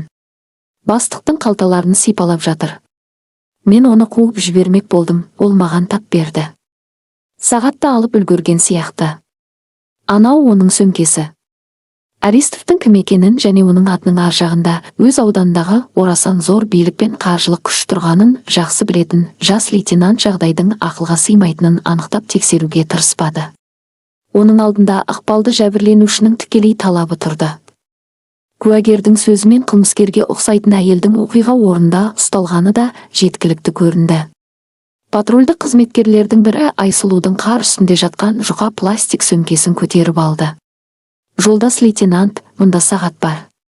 Полиция қызметкері қолына шам жарығында жарқыраған ірі алтын сағатты алды. Қымбат екен. Мына жерде Нұртаеваның атына жазылған бостандыққа шыққаны туралы құжаттар да бар. Бұл Айсұлу үшін үкім секілді еді. Сейітов жылдар бойы қалыптастырған механизм мінсіз іске қосылды. Азаматша көліктен алыстаңыз. Қолдарыңызды капотқа қойыңыз, деді лейтенант беліндегі қару қабын ақтып, Айсұлуға қарай бір қадам басып, қатаң бұйрықпен. Не істеп жатырсыздар? Ақылдан адастыңдар ма? Деп Қайрат ашуға булығып, Айсұлуды арқасымен қалқалады. Ол жоғары санатты дәрігер. Ол жаңа ғана 2 баланы ажалдан арашалап қалды. Оның қолындағы қан, өз әйеліңіздің қаны, қалтаңыздағы ақшаңыз емес. Дәрігер, шегініңіз. Жұмыс істеуге кедергі келтірмеңіз. Бөлімде анықтаймыз. Лейтенант қарт дәрігерді дөрекі түрде шетке ығыстырды. Айсұлудың қолын артына қайырып қатты бұрап ұстады. Суық әрі ауыр кісеннің металы спиртпен сүртіліп, бұрыннан қажалып біткен қызарып тұрған білектеріне тарс етіп жабылды. Буындарын өткір ауырсыну тіліп өтті, бірақ Айсұлу үн шығармады. Ол қарсылық танытпады, ақталмады, бұл адамдардан рахым сұрамады. Ол ауыр тыныстап, өз тұтқындалуын кекшіл қанағатпен бақылап тұрған Сейітовтің көзіне тура қарады. Оны жарқылдаған шамдары бар патрульдік көлікке қарай мұз болып қатқан еңіспен жоғары алып кетті. Дәл осы сәтте айналасына Қайраттың бригадасынан келген дәрігерлер жиналған, жол талғамайтын көліктің ішінен Меруерттің әлсіз жан даусындай шыққан үні естілді. Оны абайлап қатты зембілге жатқызып жатты. Жас әйел шудан есін жиып, сынған терезеден өзіне өмір сыйлаған, жалғыз жылы киімін өзіне берген әйелдің қолына кісен салынып алып бара жатқанын көрді. Жоқ, жіберіңдер деп ыңырсыды Меруерт, алыстап бара жатқан Айсұлуға қарай дірілдеген қолын созуға тырысып. Оның бозарған жүзімен шарасыздықпен күйзелістен туған ыстық жас сорғалады. Ол бізді құтқарды. Олай етпеңдер. Бірақ оның әлсіз дауысы сиреналардың ұлыған үніне, дәрігерлердің қатты бұйрықтарына және көлік есіктерінің тарсылығына жұтылып кетті. Айсұлуды полицияның қатты пластик орындықты УАЗ көлігіне дөрекі түрде отырғызды. Темір есік тарс етіп жабылып, оны сыртқы әлемнен бөліп тастады. Бар болғаны бірнеше сағатқа созылған еркіндік сезімінің орнын қайтадан тар темір тор басты. Әділетсіздік оны тағы да қуып жетті. Бұл жолы 8 жыл бұрынғыдан да ауыр соқты, өйткені ол дәл ең ізгі ісін жасаған сәтте арқасынан пышақ сұққандай болды. Уақытша ұстау бөлмесінің төбесіндегі металл торға қамалған күңгірт шам бір сарымен ызыңдап, қабыршақтанып кеткен сұр қабырғаларға өткір, үзік-үзік көлеңкелер түсіріп тұрды. Мұндағы ауа ауыр әрі тұнжыраған еді. Іші хлордың, сіңіп қалған тердің және тек ескі мемлекеттік ғимараттарда ғана болатын кетпес дымқыл иістің қоспасына тұнып тұрды. Айсұлу жалаңаш әрі қатты ағаш сәкіде тізесін кеудесіне қысып отырды. Оның денесін тоқтаусыз майда қалтырау биледі. Жалғыз жылы киімі, түрме күртесі қар басқан орманда қалып, Сейітовтің әйелін және жаңа туған балаларын жылытып жатқан еді. Әйелдің үстінде енді жол жиегіндегі ойыққа түскен кезде бұтақтарға жыртылған, өңі оңған жұқа водолазка ғана қалды. Камераның бетон едені шаршаған денесіндегі қалған жылуды да сорып жатқандай. Ол тізесінде айқастыра ұстаған қолдарына баяу көз салды. Камераның көмескі жарығында спирт пен аяздан қабынып, қатайып кеткен терісінде қарауытып кеткен қан іздері анық көрінді. Бұл Меруерттің қаны, жаңа ғана ол өлім аузынан бар жанын салып алып шыққан екі жаңа өмірдің қаны еді. Айсұлу бас бармағының ұшымен саусағындағы қара дақты сүртті. Ол 8 жыл бойы шыдады. 8 ұзақ жыл бойы өз құрбандығының бекер болмағанына, сіңісін түрмеден аман алып қалғанына өзін сендіріп келді. Бостандыққа шыққанда бәрін жаңадан бастауға, тыныш әрі көзге түспейтін бір жер тауып, шалғайдағы емханада санитар болып орналасып, ешкімге кедергі жасамай, ешкімнен ештеңе талап етпей өмірінің қалған бөлігін тыныш өткізуге бекінген еді. Ал енді ол қайтадан осында, дәл сондай қатты тақтайлардың үстінде, дәл сондай мылқау темір есіктің ар жағында отыр. Және мұның бәрі тағы да Болат Сейітовтің кесірінен болды. Жақсылық үшін жазаға тартылу аз болғандай, оның жасаған игілігі тапталып, қорланып, өзіне қарсы осындай сұмдық әрі ақылға сыймайтын арсыздықпен пайдаланылды. Сол ойдан қазір оның тынысы тарылып кетті. Ол өзіне қас жауының өмірін сақтап қалды, жанынан жай ғана үнсіз өтіп кетуіне болатын еді. Ал ол болса бір сәт ойланбастан оны аяғымен таптап қайтадан түрмеге шіртуге жіберді. Айсұлу темір иісі сіңген лас қолдарын бетіне басып, қабынған көздерін жасырды. Иықтары дірілдеп кетті. Үнсіз аққан ауыр жас бетімен сырғып, күйегі сіңген терісінде бозғылт із қалдырды. Ол 52 жаста еді. Осы бітпейтін әділетсіздікпен күресуге оның енді тәндікте, рухани да күші қалмаған. Сол уақытта ұстау бөлмесінен бірнеше орам жерде орналасқан аудандық полиция бөлімінің кезекші бөліміне апаратын тар дәлізде Назерке тұрды. Айсұлудың сіңісі әбден қажыған еді. Қарапайым драп пальтосы қардан су болған. Байланған бас киімінің астынан дымқыл шаштары шығып кетіпті. Жол апаты туралы жедел жәрдемде істейтін таныс фельдшерден естіген соң, ол жолай кезіккен көлікке отырып, осында асығып жеткен. Сізден өтінемін, тағы бір рет тексеріп көріңізші. Назеркенің дауысы жылауға әрең жетіп тұрды. Ол екі қолымен биік әйнек қоршаудың жиегін қыса ұстады. Оның ар жағында немқұрайды кезекші отырды. Бекенова Айсұлу Серікқызы оны осыдан 1 сағаттай бұрын жолдан алып келген. Ол бүгін ғана бостандыққа шыққан. Маған оның жанына кіруге рұқсат беріңіз. Болмаса жылы киім апарайын. Ол жерде үстінде түк жоқ қой. Кезекші компьютер экранынан көз алмай ұсталғандар журналын ерініп парақтады. Азаматша, мен сізге түсінікті тілде айтып тұрмын. Ұсталған Бекенова жәбірленушіге шабуыл жасау және аса ірі мөлшерде ұрлық жасау туралы бап бойынша өтіп жатыр.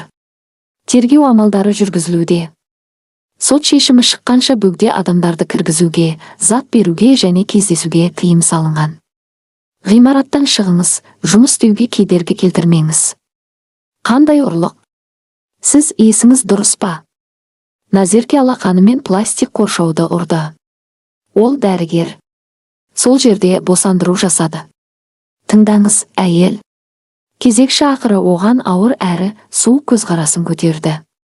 Оны шығарып жіберіңдер. Қазір кезекші жасақты шақырамын. Адам бөлмесіне қамап қойып сабасына түсірерсің. Назерке терезеден шегініп кетті. Ол полиция бөлімінің бос лас дәлізіне қарап тұрып, бір қорқынышты нәрсені анық түсінді. Мұнда шындық жоқ. Сейітовтен әлдеқашан пайда көріп жүрген жергілікті күш құрылымдары оның сіңлісін бір жола құрту үшін бәрін жасайды. Олармен айтысудың пайдасы жоқ. Ол бұрылып есікке қарай тез жүрді. Оның басында шарасыз жоспар пісіп жетілді. 8 жыл бұрын Сейітовке қарсы тұруға тырысқан бір ғана адам бар еді. Облыс орталығынан келген, жергілікті билігі жүріп тұрған ұсақ әміршілерге бағынбайтын адам. Ол тергеуші Сәрсеновті шұғыл табуы керек еді. Бұл аудандық бөлімнен жүздеген шақырым жерде орналасқан тергеу комитетінің кеңсесінде түн тыныш еді. Аса маңызды істер жөніндегі федералдық тергеуші Бауыржан Сәрсенов жарық үстел шамы түскен жұмыс үстелінің басында отырды. Ол 40-тан асқан, арықша келген, өткір әрі байқағыш көзқарасты, самайына ақ кірген қаталдау ер адам еді. Ол қалың құжат салынған папкаларды бірінен соң бірін мұқият қарап отырды.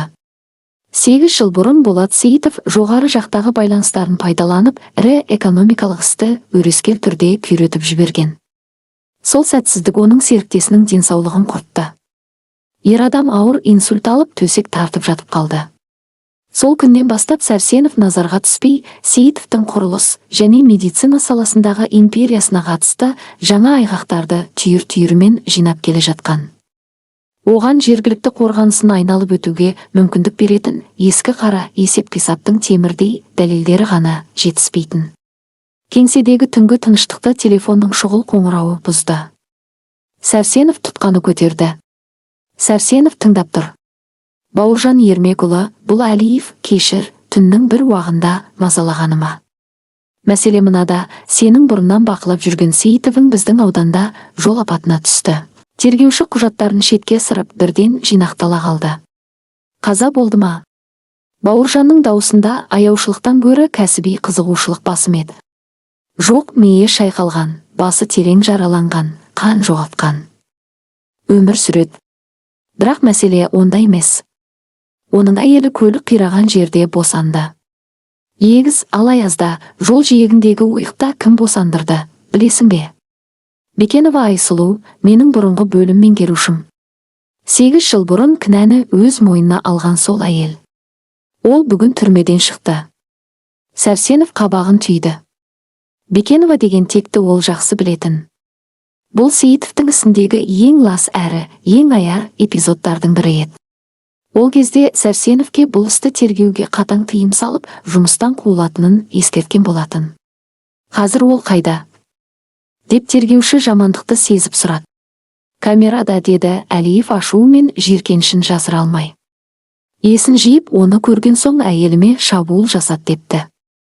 Оның күзетшісі сағатын әйелдің сөмкесіне полицияның көзінше салып жіберген.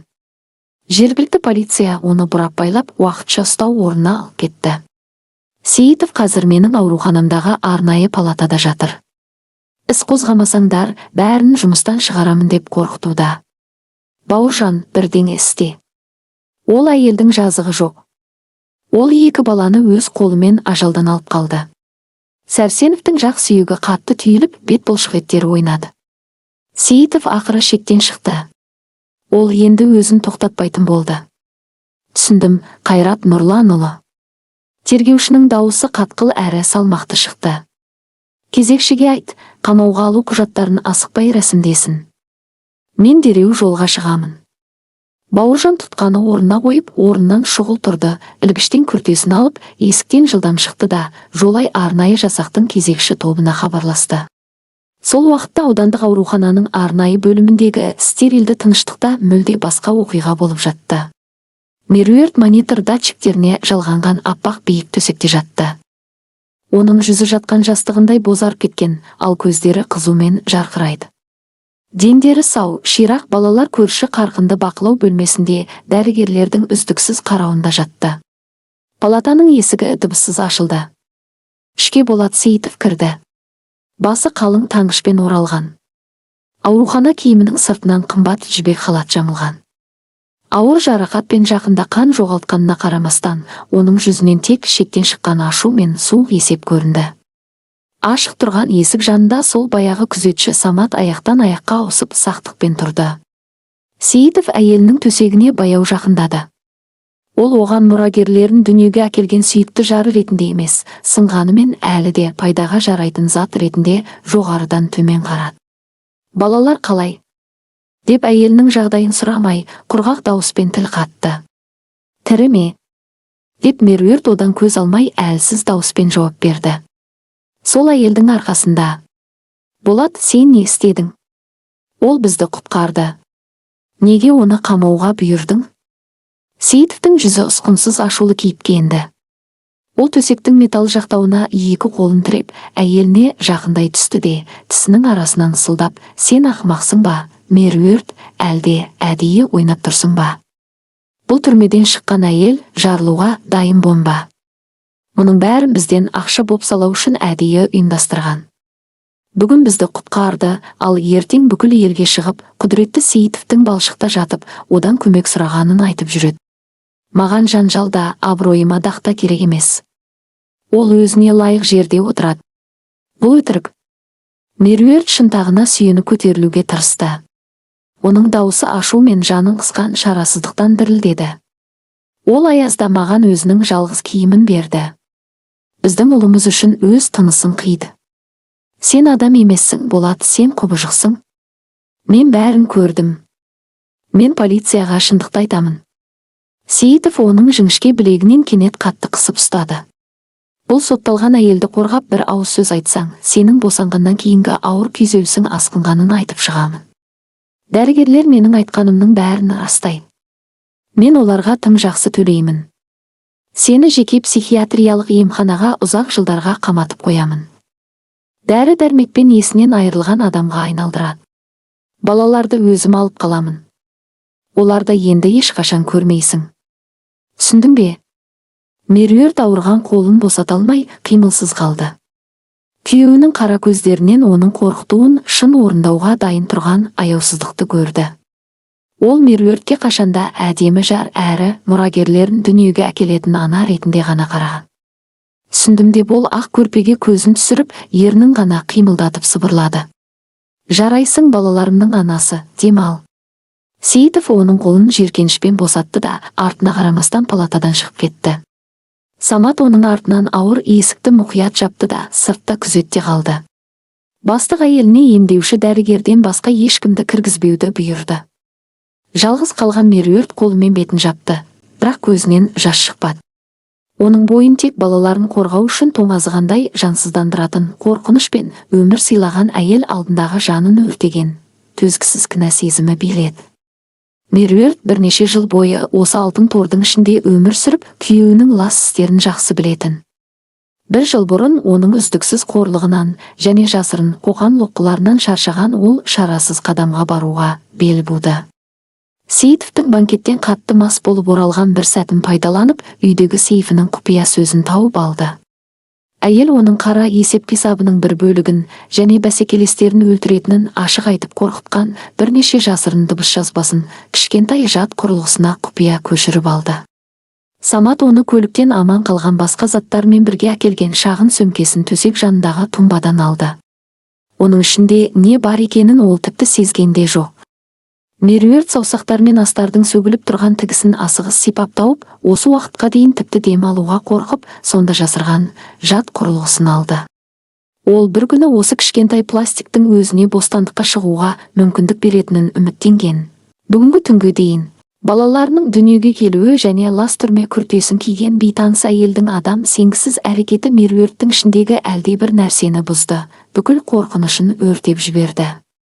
Егер дәл қазір үндемесе, егер бәріне көне берсе, балалар әкесі сияқты құбыжықтың қолында өсетінін және өзін ешқашан кешіре алмайтынын ол кенет анық түсінді.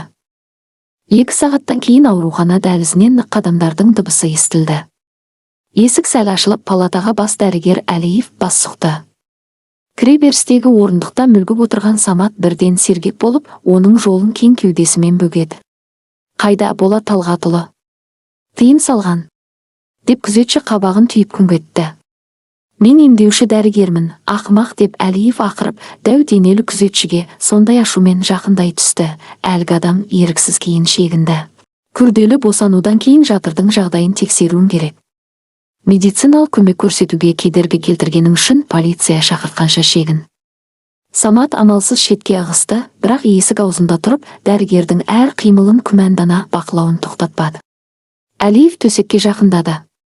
Меруерт оның көзіне қарап, бұл өзінің жалғыз мүмкіндігі екенін түсінді. Күзетші қарап тұр. Сондықтан бәрін тез әрі айламен істеу керек еді. Кенет Меруерт белінен бүктеле қалды. Бозарған жүзі шынайы ауырсынудың сұмдық кейпіне енді. Ол екі қолымен ішінің төменгі жағын ұстап қатты әрі ащы ыңырсыды. Аға дәрігер, ауырады. Қатты ауырады, деп айқайлады ол. Самат шошып кейін шегініп, дәрігердің иығының арасынан бастығының әйелінде не болып жатқанын көруге тырысып, мойнын созды. Тәжірибелі дәрігер Әлиев жағдайды бірден түсініп, оған қосыла кетті. Ол Меруертті күзетшінің көзінен денесімен көлегейлеп, үстіне тез еңкейді. Медбикені тез шақыр. Қан кету басталды, деп Саматқа айқайлап бір сәтке артына қарады. Күзетші қатты бозарып, дәлізбен кезекші медбикенің орнына қарай жүгіріп кетті. Оның есігі тарс жабылған сәтте Меруерт айқайын бірден тоқтатты. Жүзі әп-сәтте жинақталып сабырға келді. Ол жастықтың астынан кішкентай қара жат құрылғысын алып шықты. Оны сөмкеден алып жастықтың астына тығып үлгерген еді. Меруерт Әлиевтің қолынан ұстап, кішкентай пластикті оның құрғақ алақанына бар күшімен қыстырып, саусақтарын мықтап жұмды. Мұнда оның бүкіл қара есеп қисабы бар, деді ол толқудан демігіп, абдыраған бас дәрігердің көзіне тура қарап сыбырлап. Сыбайлас жемқорлық схемалары, пара тізімдері, қорқыту жазбалары соңғы 10 жылдағының бәрі бар. Мұны жергілікті емес, федералдық тергеушілерге беріңіз. Жергіліктілер сатып алынған. Айсұлу Серікқызын құтқарыңыз. Сізден өтінемін. Әлиев жат құрылғысын жұдырығына қысып, ақ халатының қалтасына терең салып қойды. Ол жаңа ғана өзіне сенімсіз, қорқып отырғандай көрінген нәзік әйелдің құдіретті күйеуіне қарсы тұруға күш тапқанына құрметпен қарады. Беремін, қызым, уәде етемін, деді ол нық дауыспен. Осы сәтте есік ашылып, дәрі-дәрмек салынған науаны көтерген абыржулы кезекші медбике мен ентігіп жеткен Самат кірді. Әлиев баяу бойын тіктеп, жүзіне кәсіби сабырлы кейіп қайта орнатты.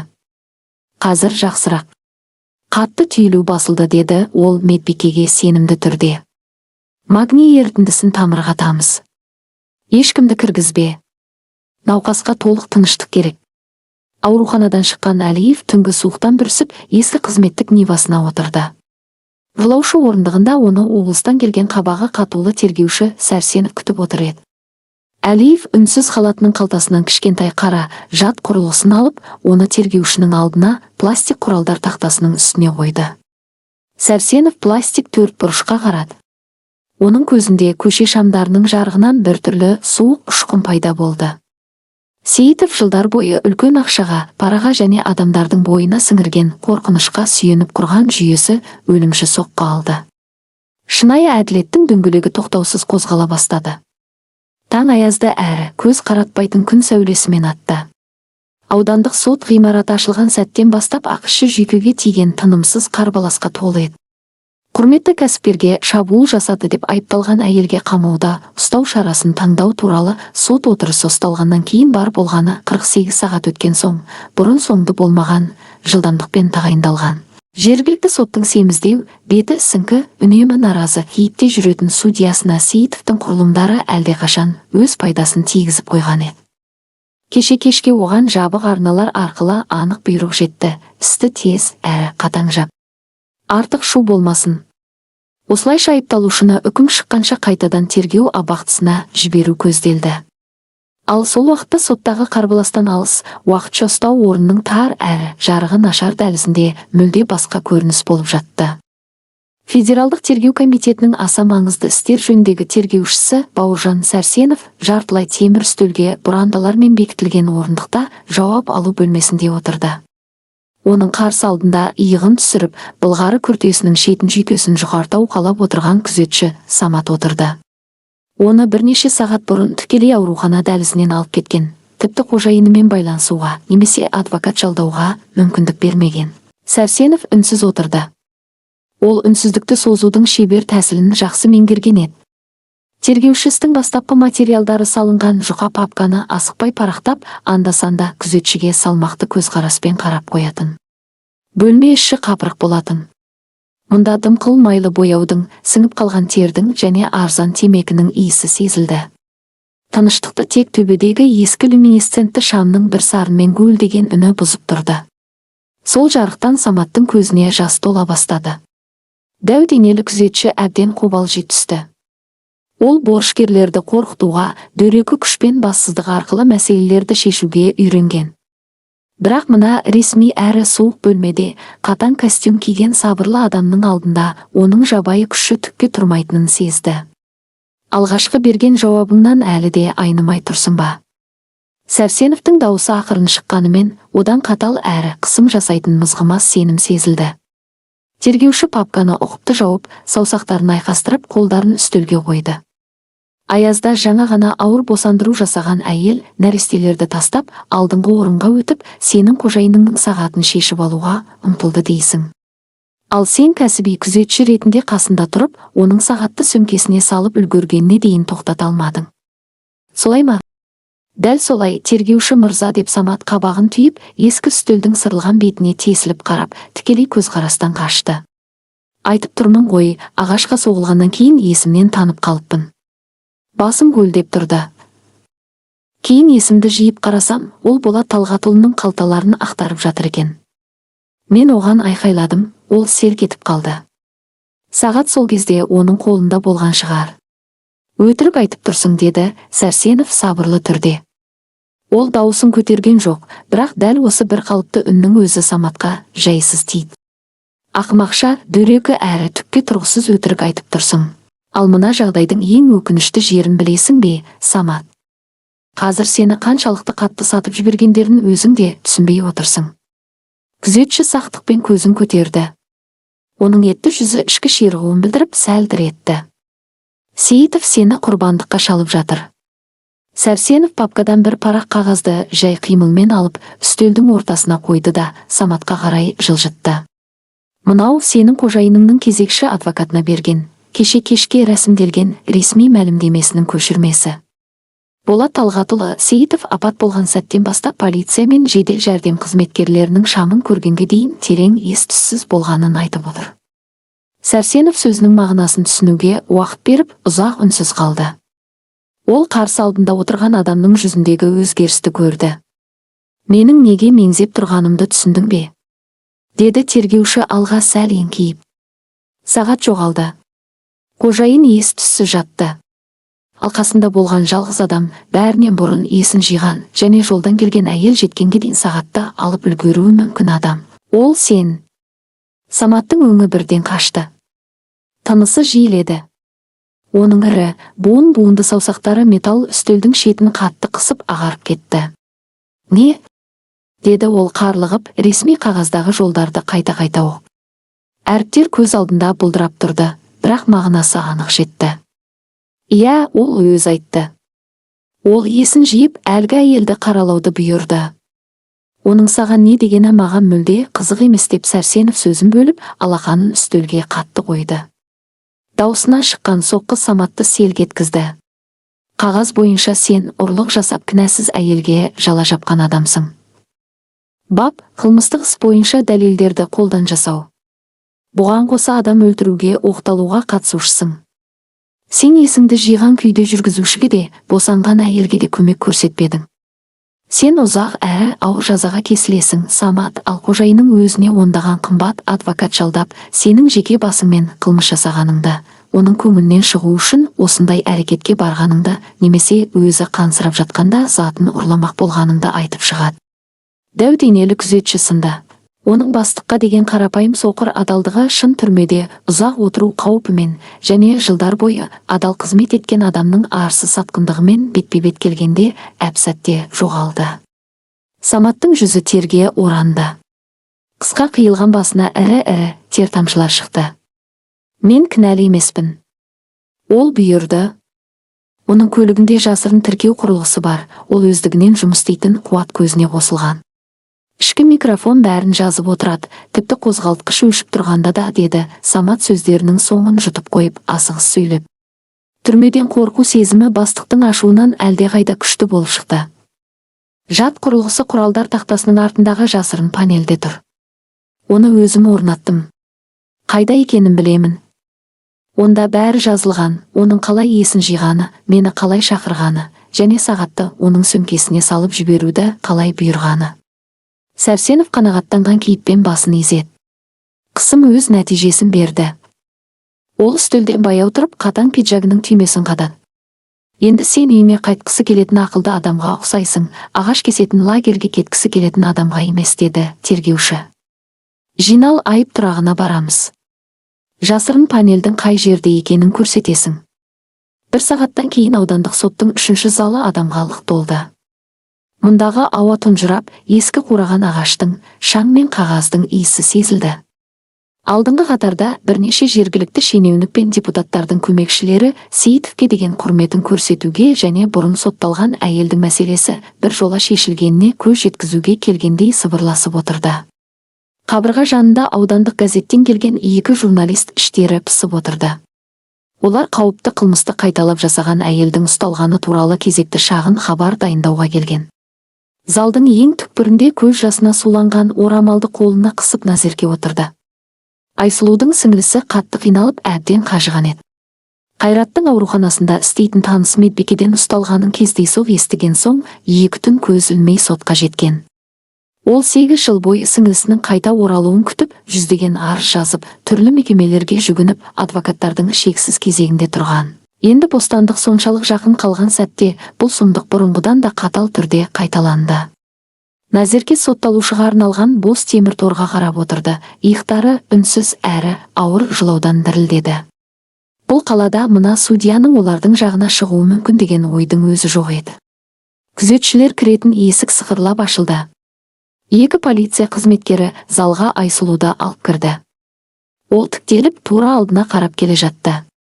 Үстінде таза болғанымен кеңдеу келген, уақытша ұстау орнында жолда жыртылып қалған киімінің орнына берілген тұтқын киімі бар еді. Білектерін металл кісен қатты қысып тұрды. Қысқа шынжыр әр қадам сайын сыңғырлап қоятын. Айсұлудың жүзі сабырлы қалпын сақтап, ішкі зор шаршауы мен көңілінің қалғанын жасырып тұрған суық тас масқа айналған. Оны темір торға кіргізді. Құлыптың ауыр ілмегі сарт етіп жабылды. Айсұлу залды көзбен шолып өтті. Жылап отырған Назеркемен көз түйістіргенде оған берілмеуді, бұл адамдардың алдында әлсіздігін көрсетпеуді өтінгендей байқалмай ғана басын изеді. Болат Сейітов жәбірленушілерге арналған үстелде отырды. Оның басында жол апатында алған жарасын жауып тұрған ұқыпты ақ медициналық таңғыш бар. Үстінде тапсырыспен тігілген мінсіз қара көк костюм. Апақ көйлегі оның жоғары мәртебесін айқындап тұрды. Ол қатты орындықтың арқалығына еркін шалқайып, бүкіл кейіпмен өзіне деген толық сенімділігімен басымдығын көрсетіп отырды. Сейітов темір торға қысқа ғана менсінбей қарады. Ол үшін бұл сот өмірінен осы елді бір жола өшіріп, өз тыныштығын қайтарудың алдындағы жай ғана іш пыстырар рәсім, ұсақ кедергі. Оның жанында алдын ала дайындаған құжаттарын ақтарып, қымбат киінген жас адвокат Әбігер болып отырды. Залға судья кірді. Жұрттың бәрі орындарынан тұрды. Судья ешкімге қарамастан биік креслосына асығыс отырды да іс салынған қалың папканы ашты. Бекенова Айсұлу Серікқызына қатысты қамауда ұстау шарасын таңдау жөніндегі тергеу тарапының өтініші қаралады. Судьяның бір сарынды, ешқандай сезімсіз дауысы естілді. Ол сөздердің соңын жұтып асығыс оқып отырды, осы жағымсыз, бірақ міндетті жұмысты тезірек аяқтауға тырысқандай еді. Тергеу жасалған әрекеттің ауырлығын, сондай-ақ айыпталушының бұған дейін ауыр қылмыс бойынша сотталғанын ескереді. Сот төрелігінен жасырыну және куәларға қысым көрсету қаупі жоғары болғандықтан өтініш прокуратура тарапынан толық қолдау тапты. Судья қағаздан көзін көтерді. Қорғау тарапының сот кеңесі бөлмесіне кеткенге дейін материалдарға қосар ұсынысы бар ма? Айсұлуға мемлекет тағайындаған кезекші адвокат орнынан ерініп тұрды. Ол торда отырған қорғауындағы әйелге бір ретте қарамады. Құрметті сот, қорғау шешімді соттың қарауына қалдырады деді. Ол немқұрайды үнмен қайтадан ауыр отыра кетіп. Судья қысқа ғана басын изеп, үзіліс жариялауға дайындалып, ағаш балғасына қол созды. Сот кеңесі бөлмесіне. Залдың ауыр есіктері тарс ашылды. Соққының қатты болғаны соншалық металл тұтқа сарт етіп ағаш қабырға қаптамасына соғылды. Орнаған өлі тыныштықта залға нық әрі өлшемді қадаммен тергеуші Бауыржан Сәрсенов кірді. Оның артында дәлізге шығатын жолды бөгеп, толық тактикалық жабдық киіп, қара бетперде таққан екі арнайы жасақ жауынгері тұрды. Кешіріңіз, құрметті сот, рәсімді мәжбүрлі түрде бұзуға тура келді. Сәрсеновтың дауысы өткір әрі билікке толы шықты. Жұрттың бәрі үнсіз қалды. Аса маңызды істер жөніндегі федералдық тергеуші Сәрсенов мен айыптың мәнін түбегейлі өзгертетін жаңа әрі даусыз дәлелдерді іс материалдарына дереу қосуды сұраймын. Сейітов қабағын түйді. Үстел үстінде жайбарақат жатқан, тырнақтары күтімді саусақтары кенет жұдырыққа түйілді. Судья абдырап Сәрсеновтың куәлігінен есік жанындағы қарулы жауынгерлерге көз алма кезек аударды. Ол федералдық билік өкілінің жергілікті жерде қалыптасқан тыныш сот барысына осылай тікелей араласуына қалай жауап беру керегін түсінбеді. Тергеуші мырза, қандай тағы дәлелдер? Рәсім аяқталды. Сот шешім шығаруға дайын деп судья міңгірлеп сырғып бара жатқан шапанын жүйкесін қысып түзеді. Сәрсенов ресми рұқсат күтпеді. Ол сот отырысының хатшысы отырған үстелге жақындап, үстіне шағын қара дыбыс жазғыш қойды. Бірінші дәлел. Болат Сейітовтің көлігіндегі жасырын бейнетіркеу құрылғысынан алынған дыбыс жазба. Оны бүгін таңертең куәлардың қатысуымен тәркіледім деп тергеуші залға бұрылып, дауыстап жариялады. Сәрсенов ойнату түймесін басты. Залдағы толық тыныштықта алдымен әлсіз, шуыл естіліп, артынша ешкіммен шатастыруға келмейтін дауыс шықты. Бұл жарақаттанған кездегі ауырсынудан өзгергенімен, суық есеп пен өшпенділікке толы Болат Сейітовтің дауысы еді. Тыңда мені, Самат, сағатымды ал. Мына әйелдің сөмкесіне салып жібер. Мен ес-түссіз жатқанда маған шабуыл жасады деп айтасың. Оның аузын бір жола жабамын. Ол сөйлемеуі керек. Орында. Зал ішін таңданыстан шыққан ортақ дем басып кетті. Алдыңғы қатардағы шенеуніктер үрейлене сыбырласып, жәбірленушілер отырған үстелден еріксіз алыстай түсті. Журналистер дәптерлеріне асығыс жаза бастады. Олар жергілікті империяның күйреуінің тарихи сәтіне куә болып отырғанын түсінді. Назерке жылап жіберіп дірілдеген алақандармен бетін басты. Сейітовтің жүзі әп-сәтте сұрланып, бұрынғы тоқмейіл кейпінен айырылды. Терісі топырақ түстес сауықсыз реңге енді. Ол орнынан атып тұрып, бірдеңе айқайлап наразылық білдірмек болды, бірақ тамағы құрысып, бір ауыз сөз айта алмады. Оның тәкаппар басымдығын көрсететін маскасы бірнеше секундтың ішінде күл-талқан болды. Бұл жалған жазба. Заңсыз тыңдалған, өңделген. Деп ақыры Сейітовтің адвокаты орнынан атып тұрып, қолын сермей айқайлады. Құрметті сот, бұл рәсімдік талаптарды бұза отырып алынған, жол беруге болмайтын дәлел. Екінші дәлел, деді Сәрсенов адвокаттың басталған даурықпасын елеместен мұздай үнмен. Ол былғары портфелінен қызметтік планшетін алып, экранын залға қаратып үстелге қойды. Тергеуші экранды басты. Бейне жазба пайда болды. Бұл бас дәрігер Әлиев жіберген аурухана палатасындағы қорғалған бейне байланыс еді. Стерилді ақ қабырғалардың аясында медициналық бақылау құралдарына жалғанып, жартылай сүйеніп отырған Меруерт Сейітова көрінді. Жас әйелдің жүзі өте бозарған.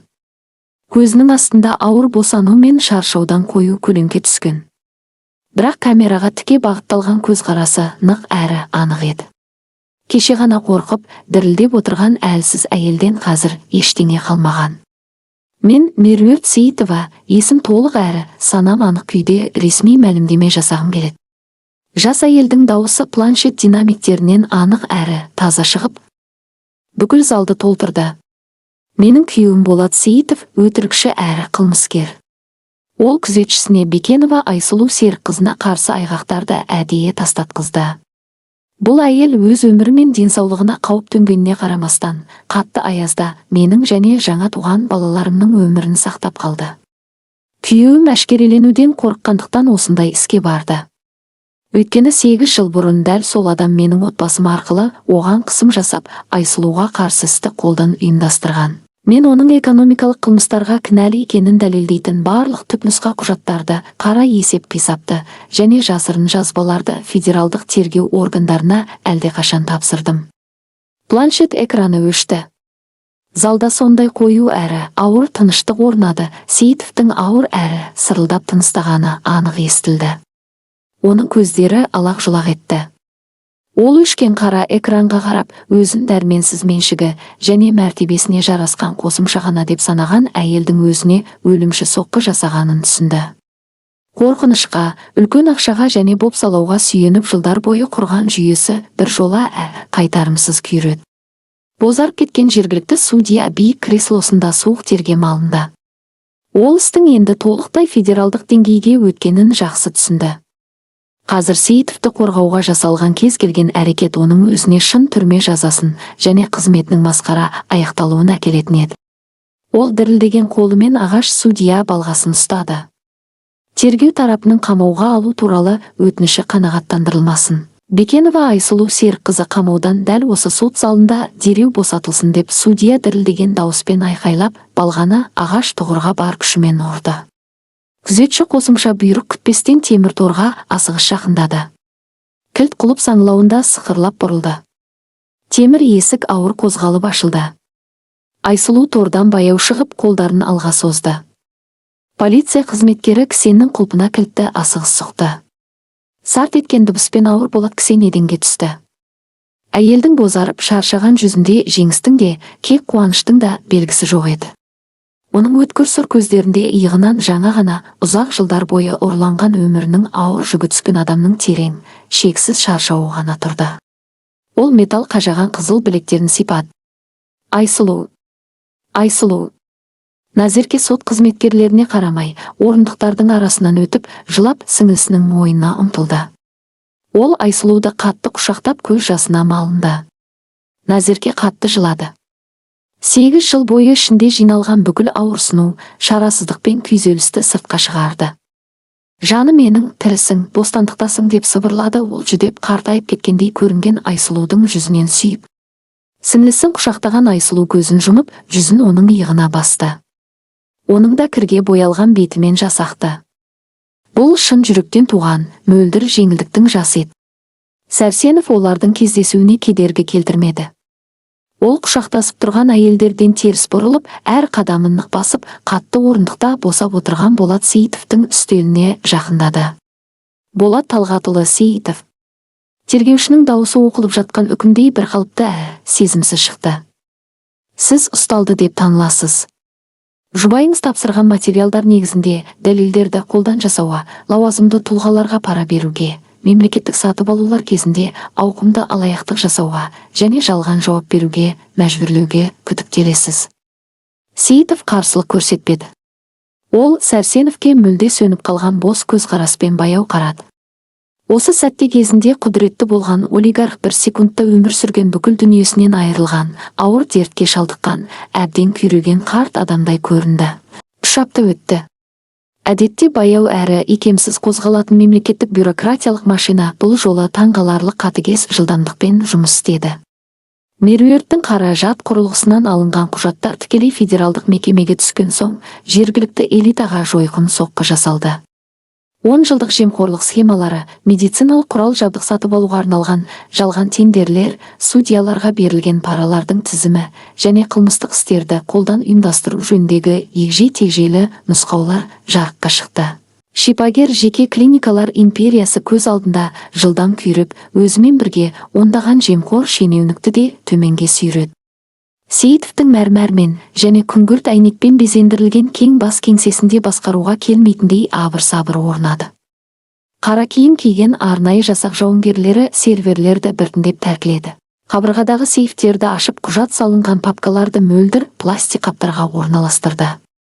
Кеше ғана келушілерге менсінбей қарайтын кеңсе қызметкерлері енді қабырғаға үрейлене жабысып көзге түспеуге тырысты. Болат Сейітов сәнді кабинетінің ортасында тұрып, екі қолын жылтыр үлкен үстелдің бетіне ауыр сүйеп тұрды.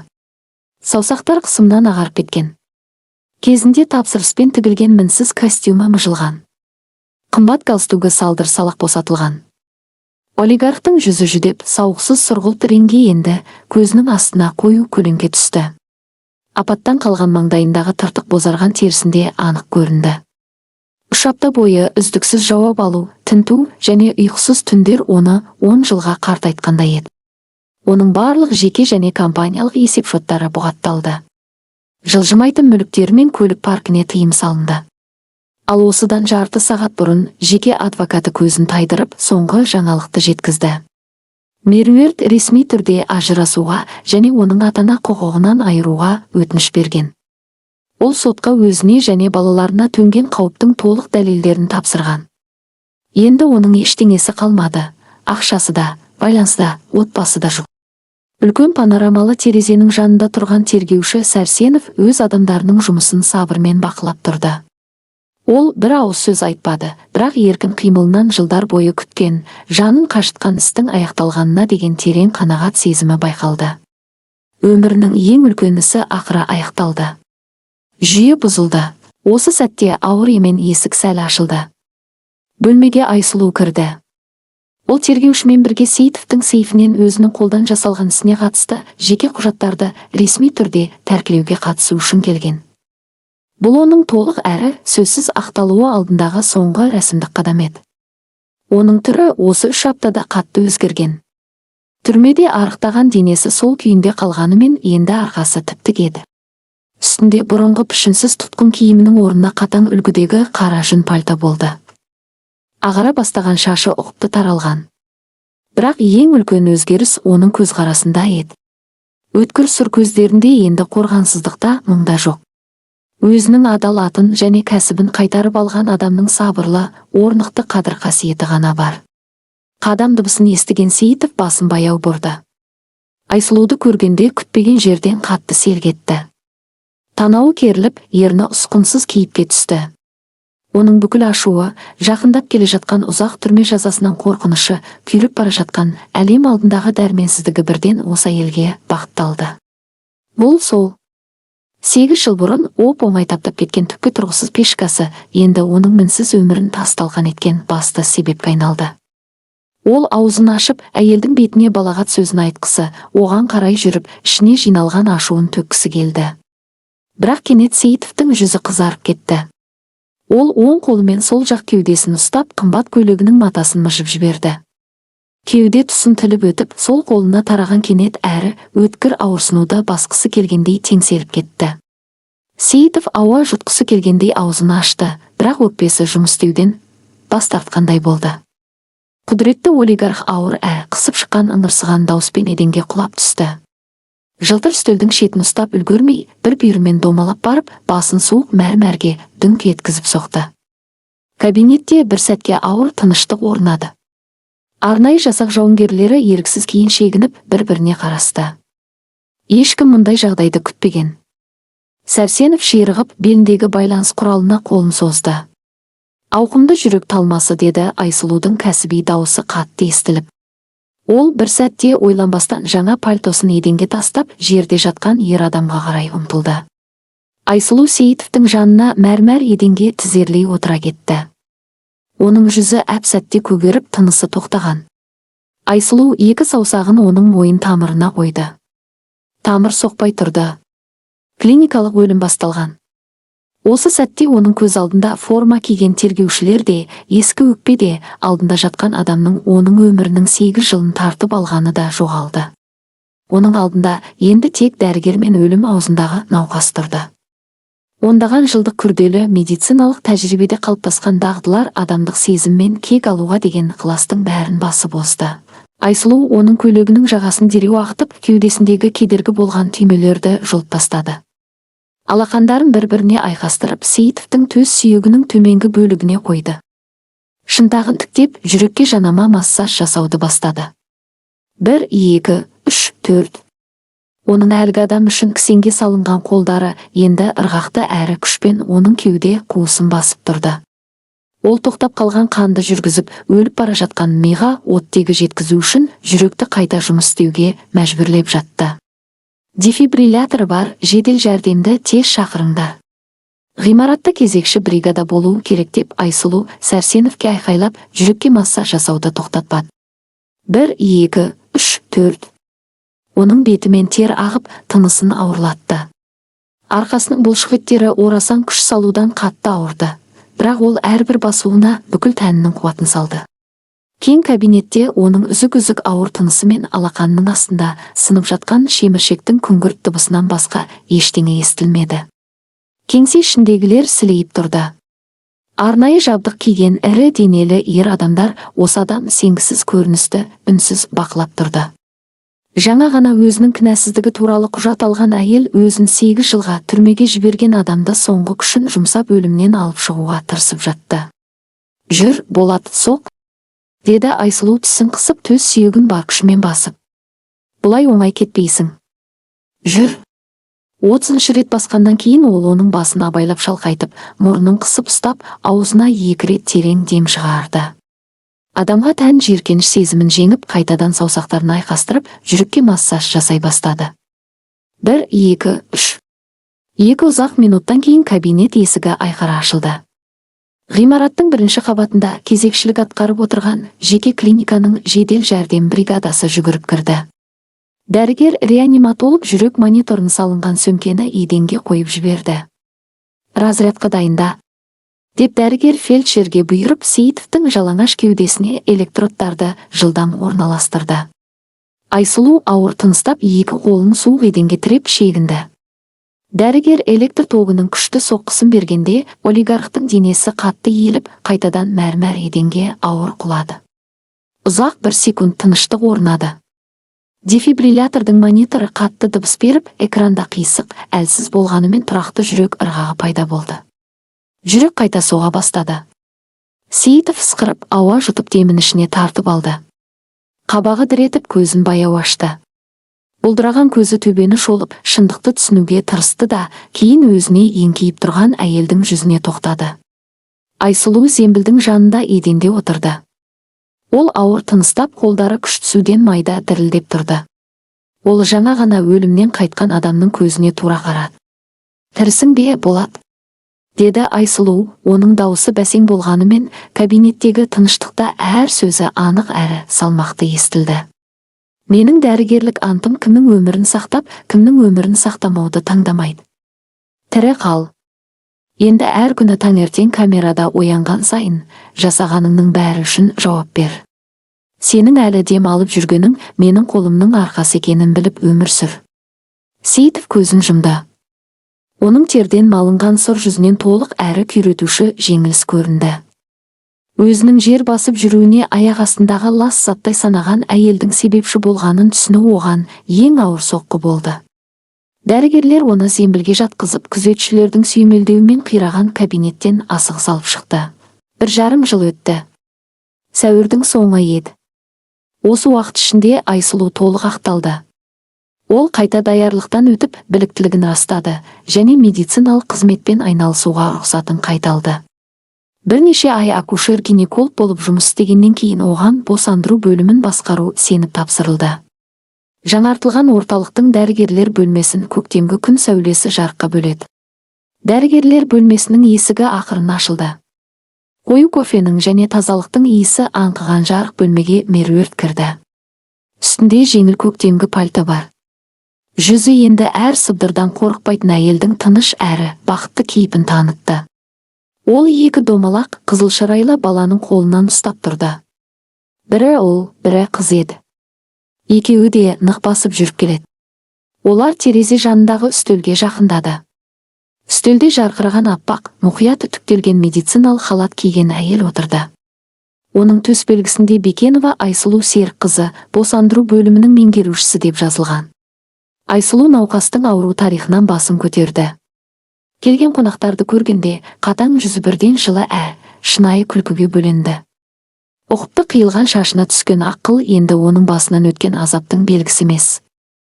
Көргені мен түйгені мол адамның жасына жарасқан айрықша белгі секілді еді. Әже Айсұлу, деп егіздер қуана шырылдап анасының қолын жіберіп батыл түрде үстелге қарай жүгірді. Айсұлу үстелінің ар жағына шығып екеуінде қолына көтеріп алды. Оларды бауырына қысып, жылы сәби иісін терең тыныстады. Меруерт жақындап келіп Айсұлуды дүниедегі ең жақын адамындай құшақтады. Бастан өткергендерінің бәрінен кейін олар шынайы отбасыға айналды. Оларды қан туыстығынан да берік байланыс сақтап қалған өмірлер сенім мен кешірім байланыстырды. Ал дәл сол уақытта осы күн сәулесі төгілген бөлмеден мыңдаған шақырым жерде табиғаты қатал, көктемі кеш әрі баяу келетін солтүстіктегі қатаң режимдегі колонияның мұздай жел ұйтқыған алаңында бір адам қар тазалап жүрді. Пішіні кең тұтқын киімін киген, еңкіш тартқан қарт ер адам ауыр ағаш сыпырғышты бір сарында қайта-қайта сермеді. Кезінде әмірі жүріп тұрған жүзінің әбден салбырап, бетіне ұқыпсыз ақ сақал өскен. Болат Сейітовтің көзінде енді мемендікте ашу да жоқ. Онда ұзақ 15 жылдық жазасын өтеп жүрген адамның терең бос кеңістігі ғана бар еді. Ол тоқтап сыпырғыштың сабына ауыр сүйеніп қолына қарады. Сосын алақанын кеудесіне басты. Ол жерде бір қалыпты соғып тұрған, кезінде өлімнен арашаланған жүрегі еді. Оның әрбір демі, аязда ауадағы жүрегінің әрбір соғысы оған әрі қарай өмір сүруге кім мүмкіндік бергенін күн сайын еске салатын азапты белгі болып қала берді.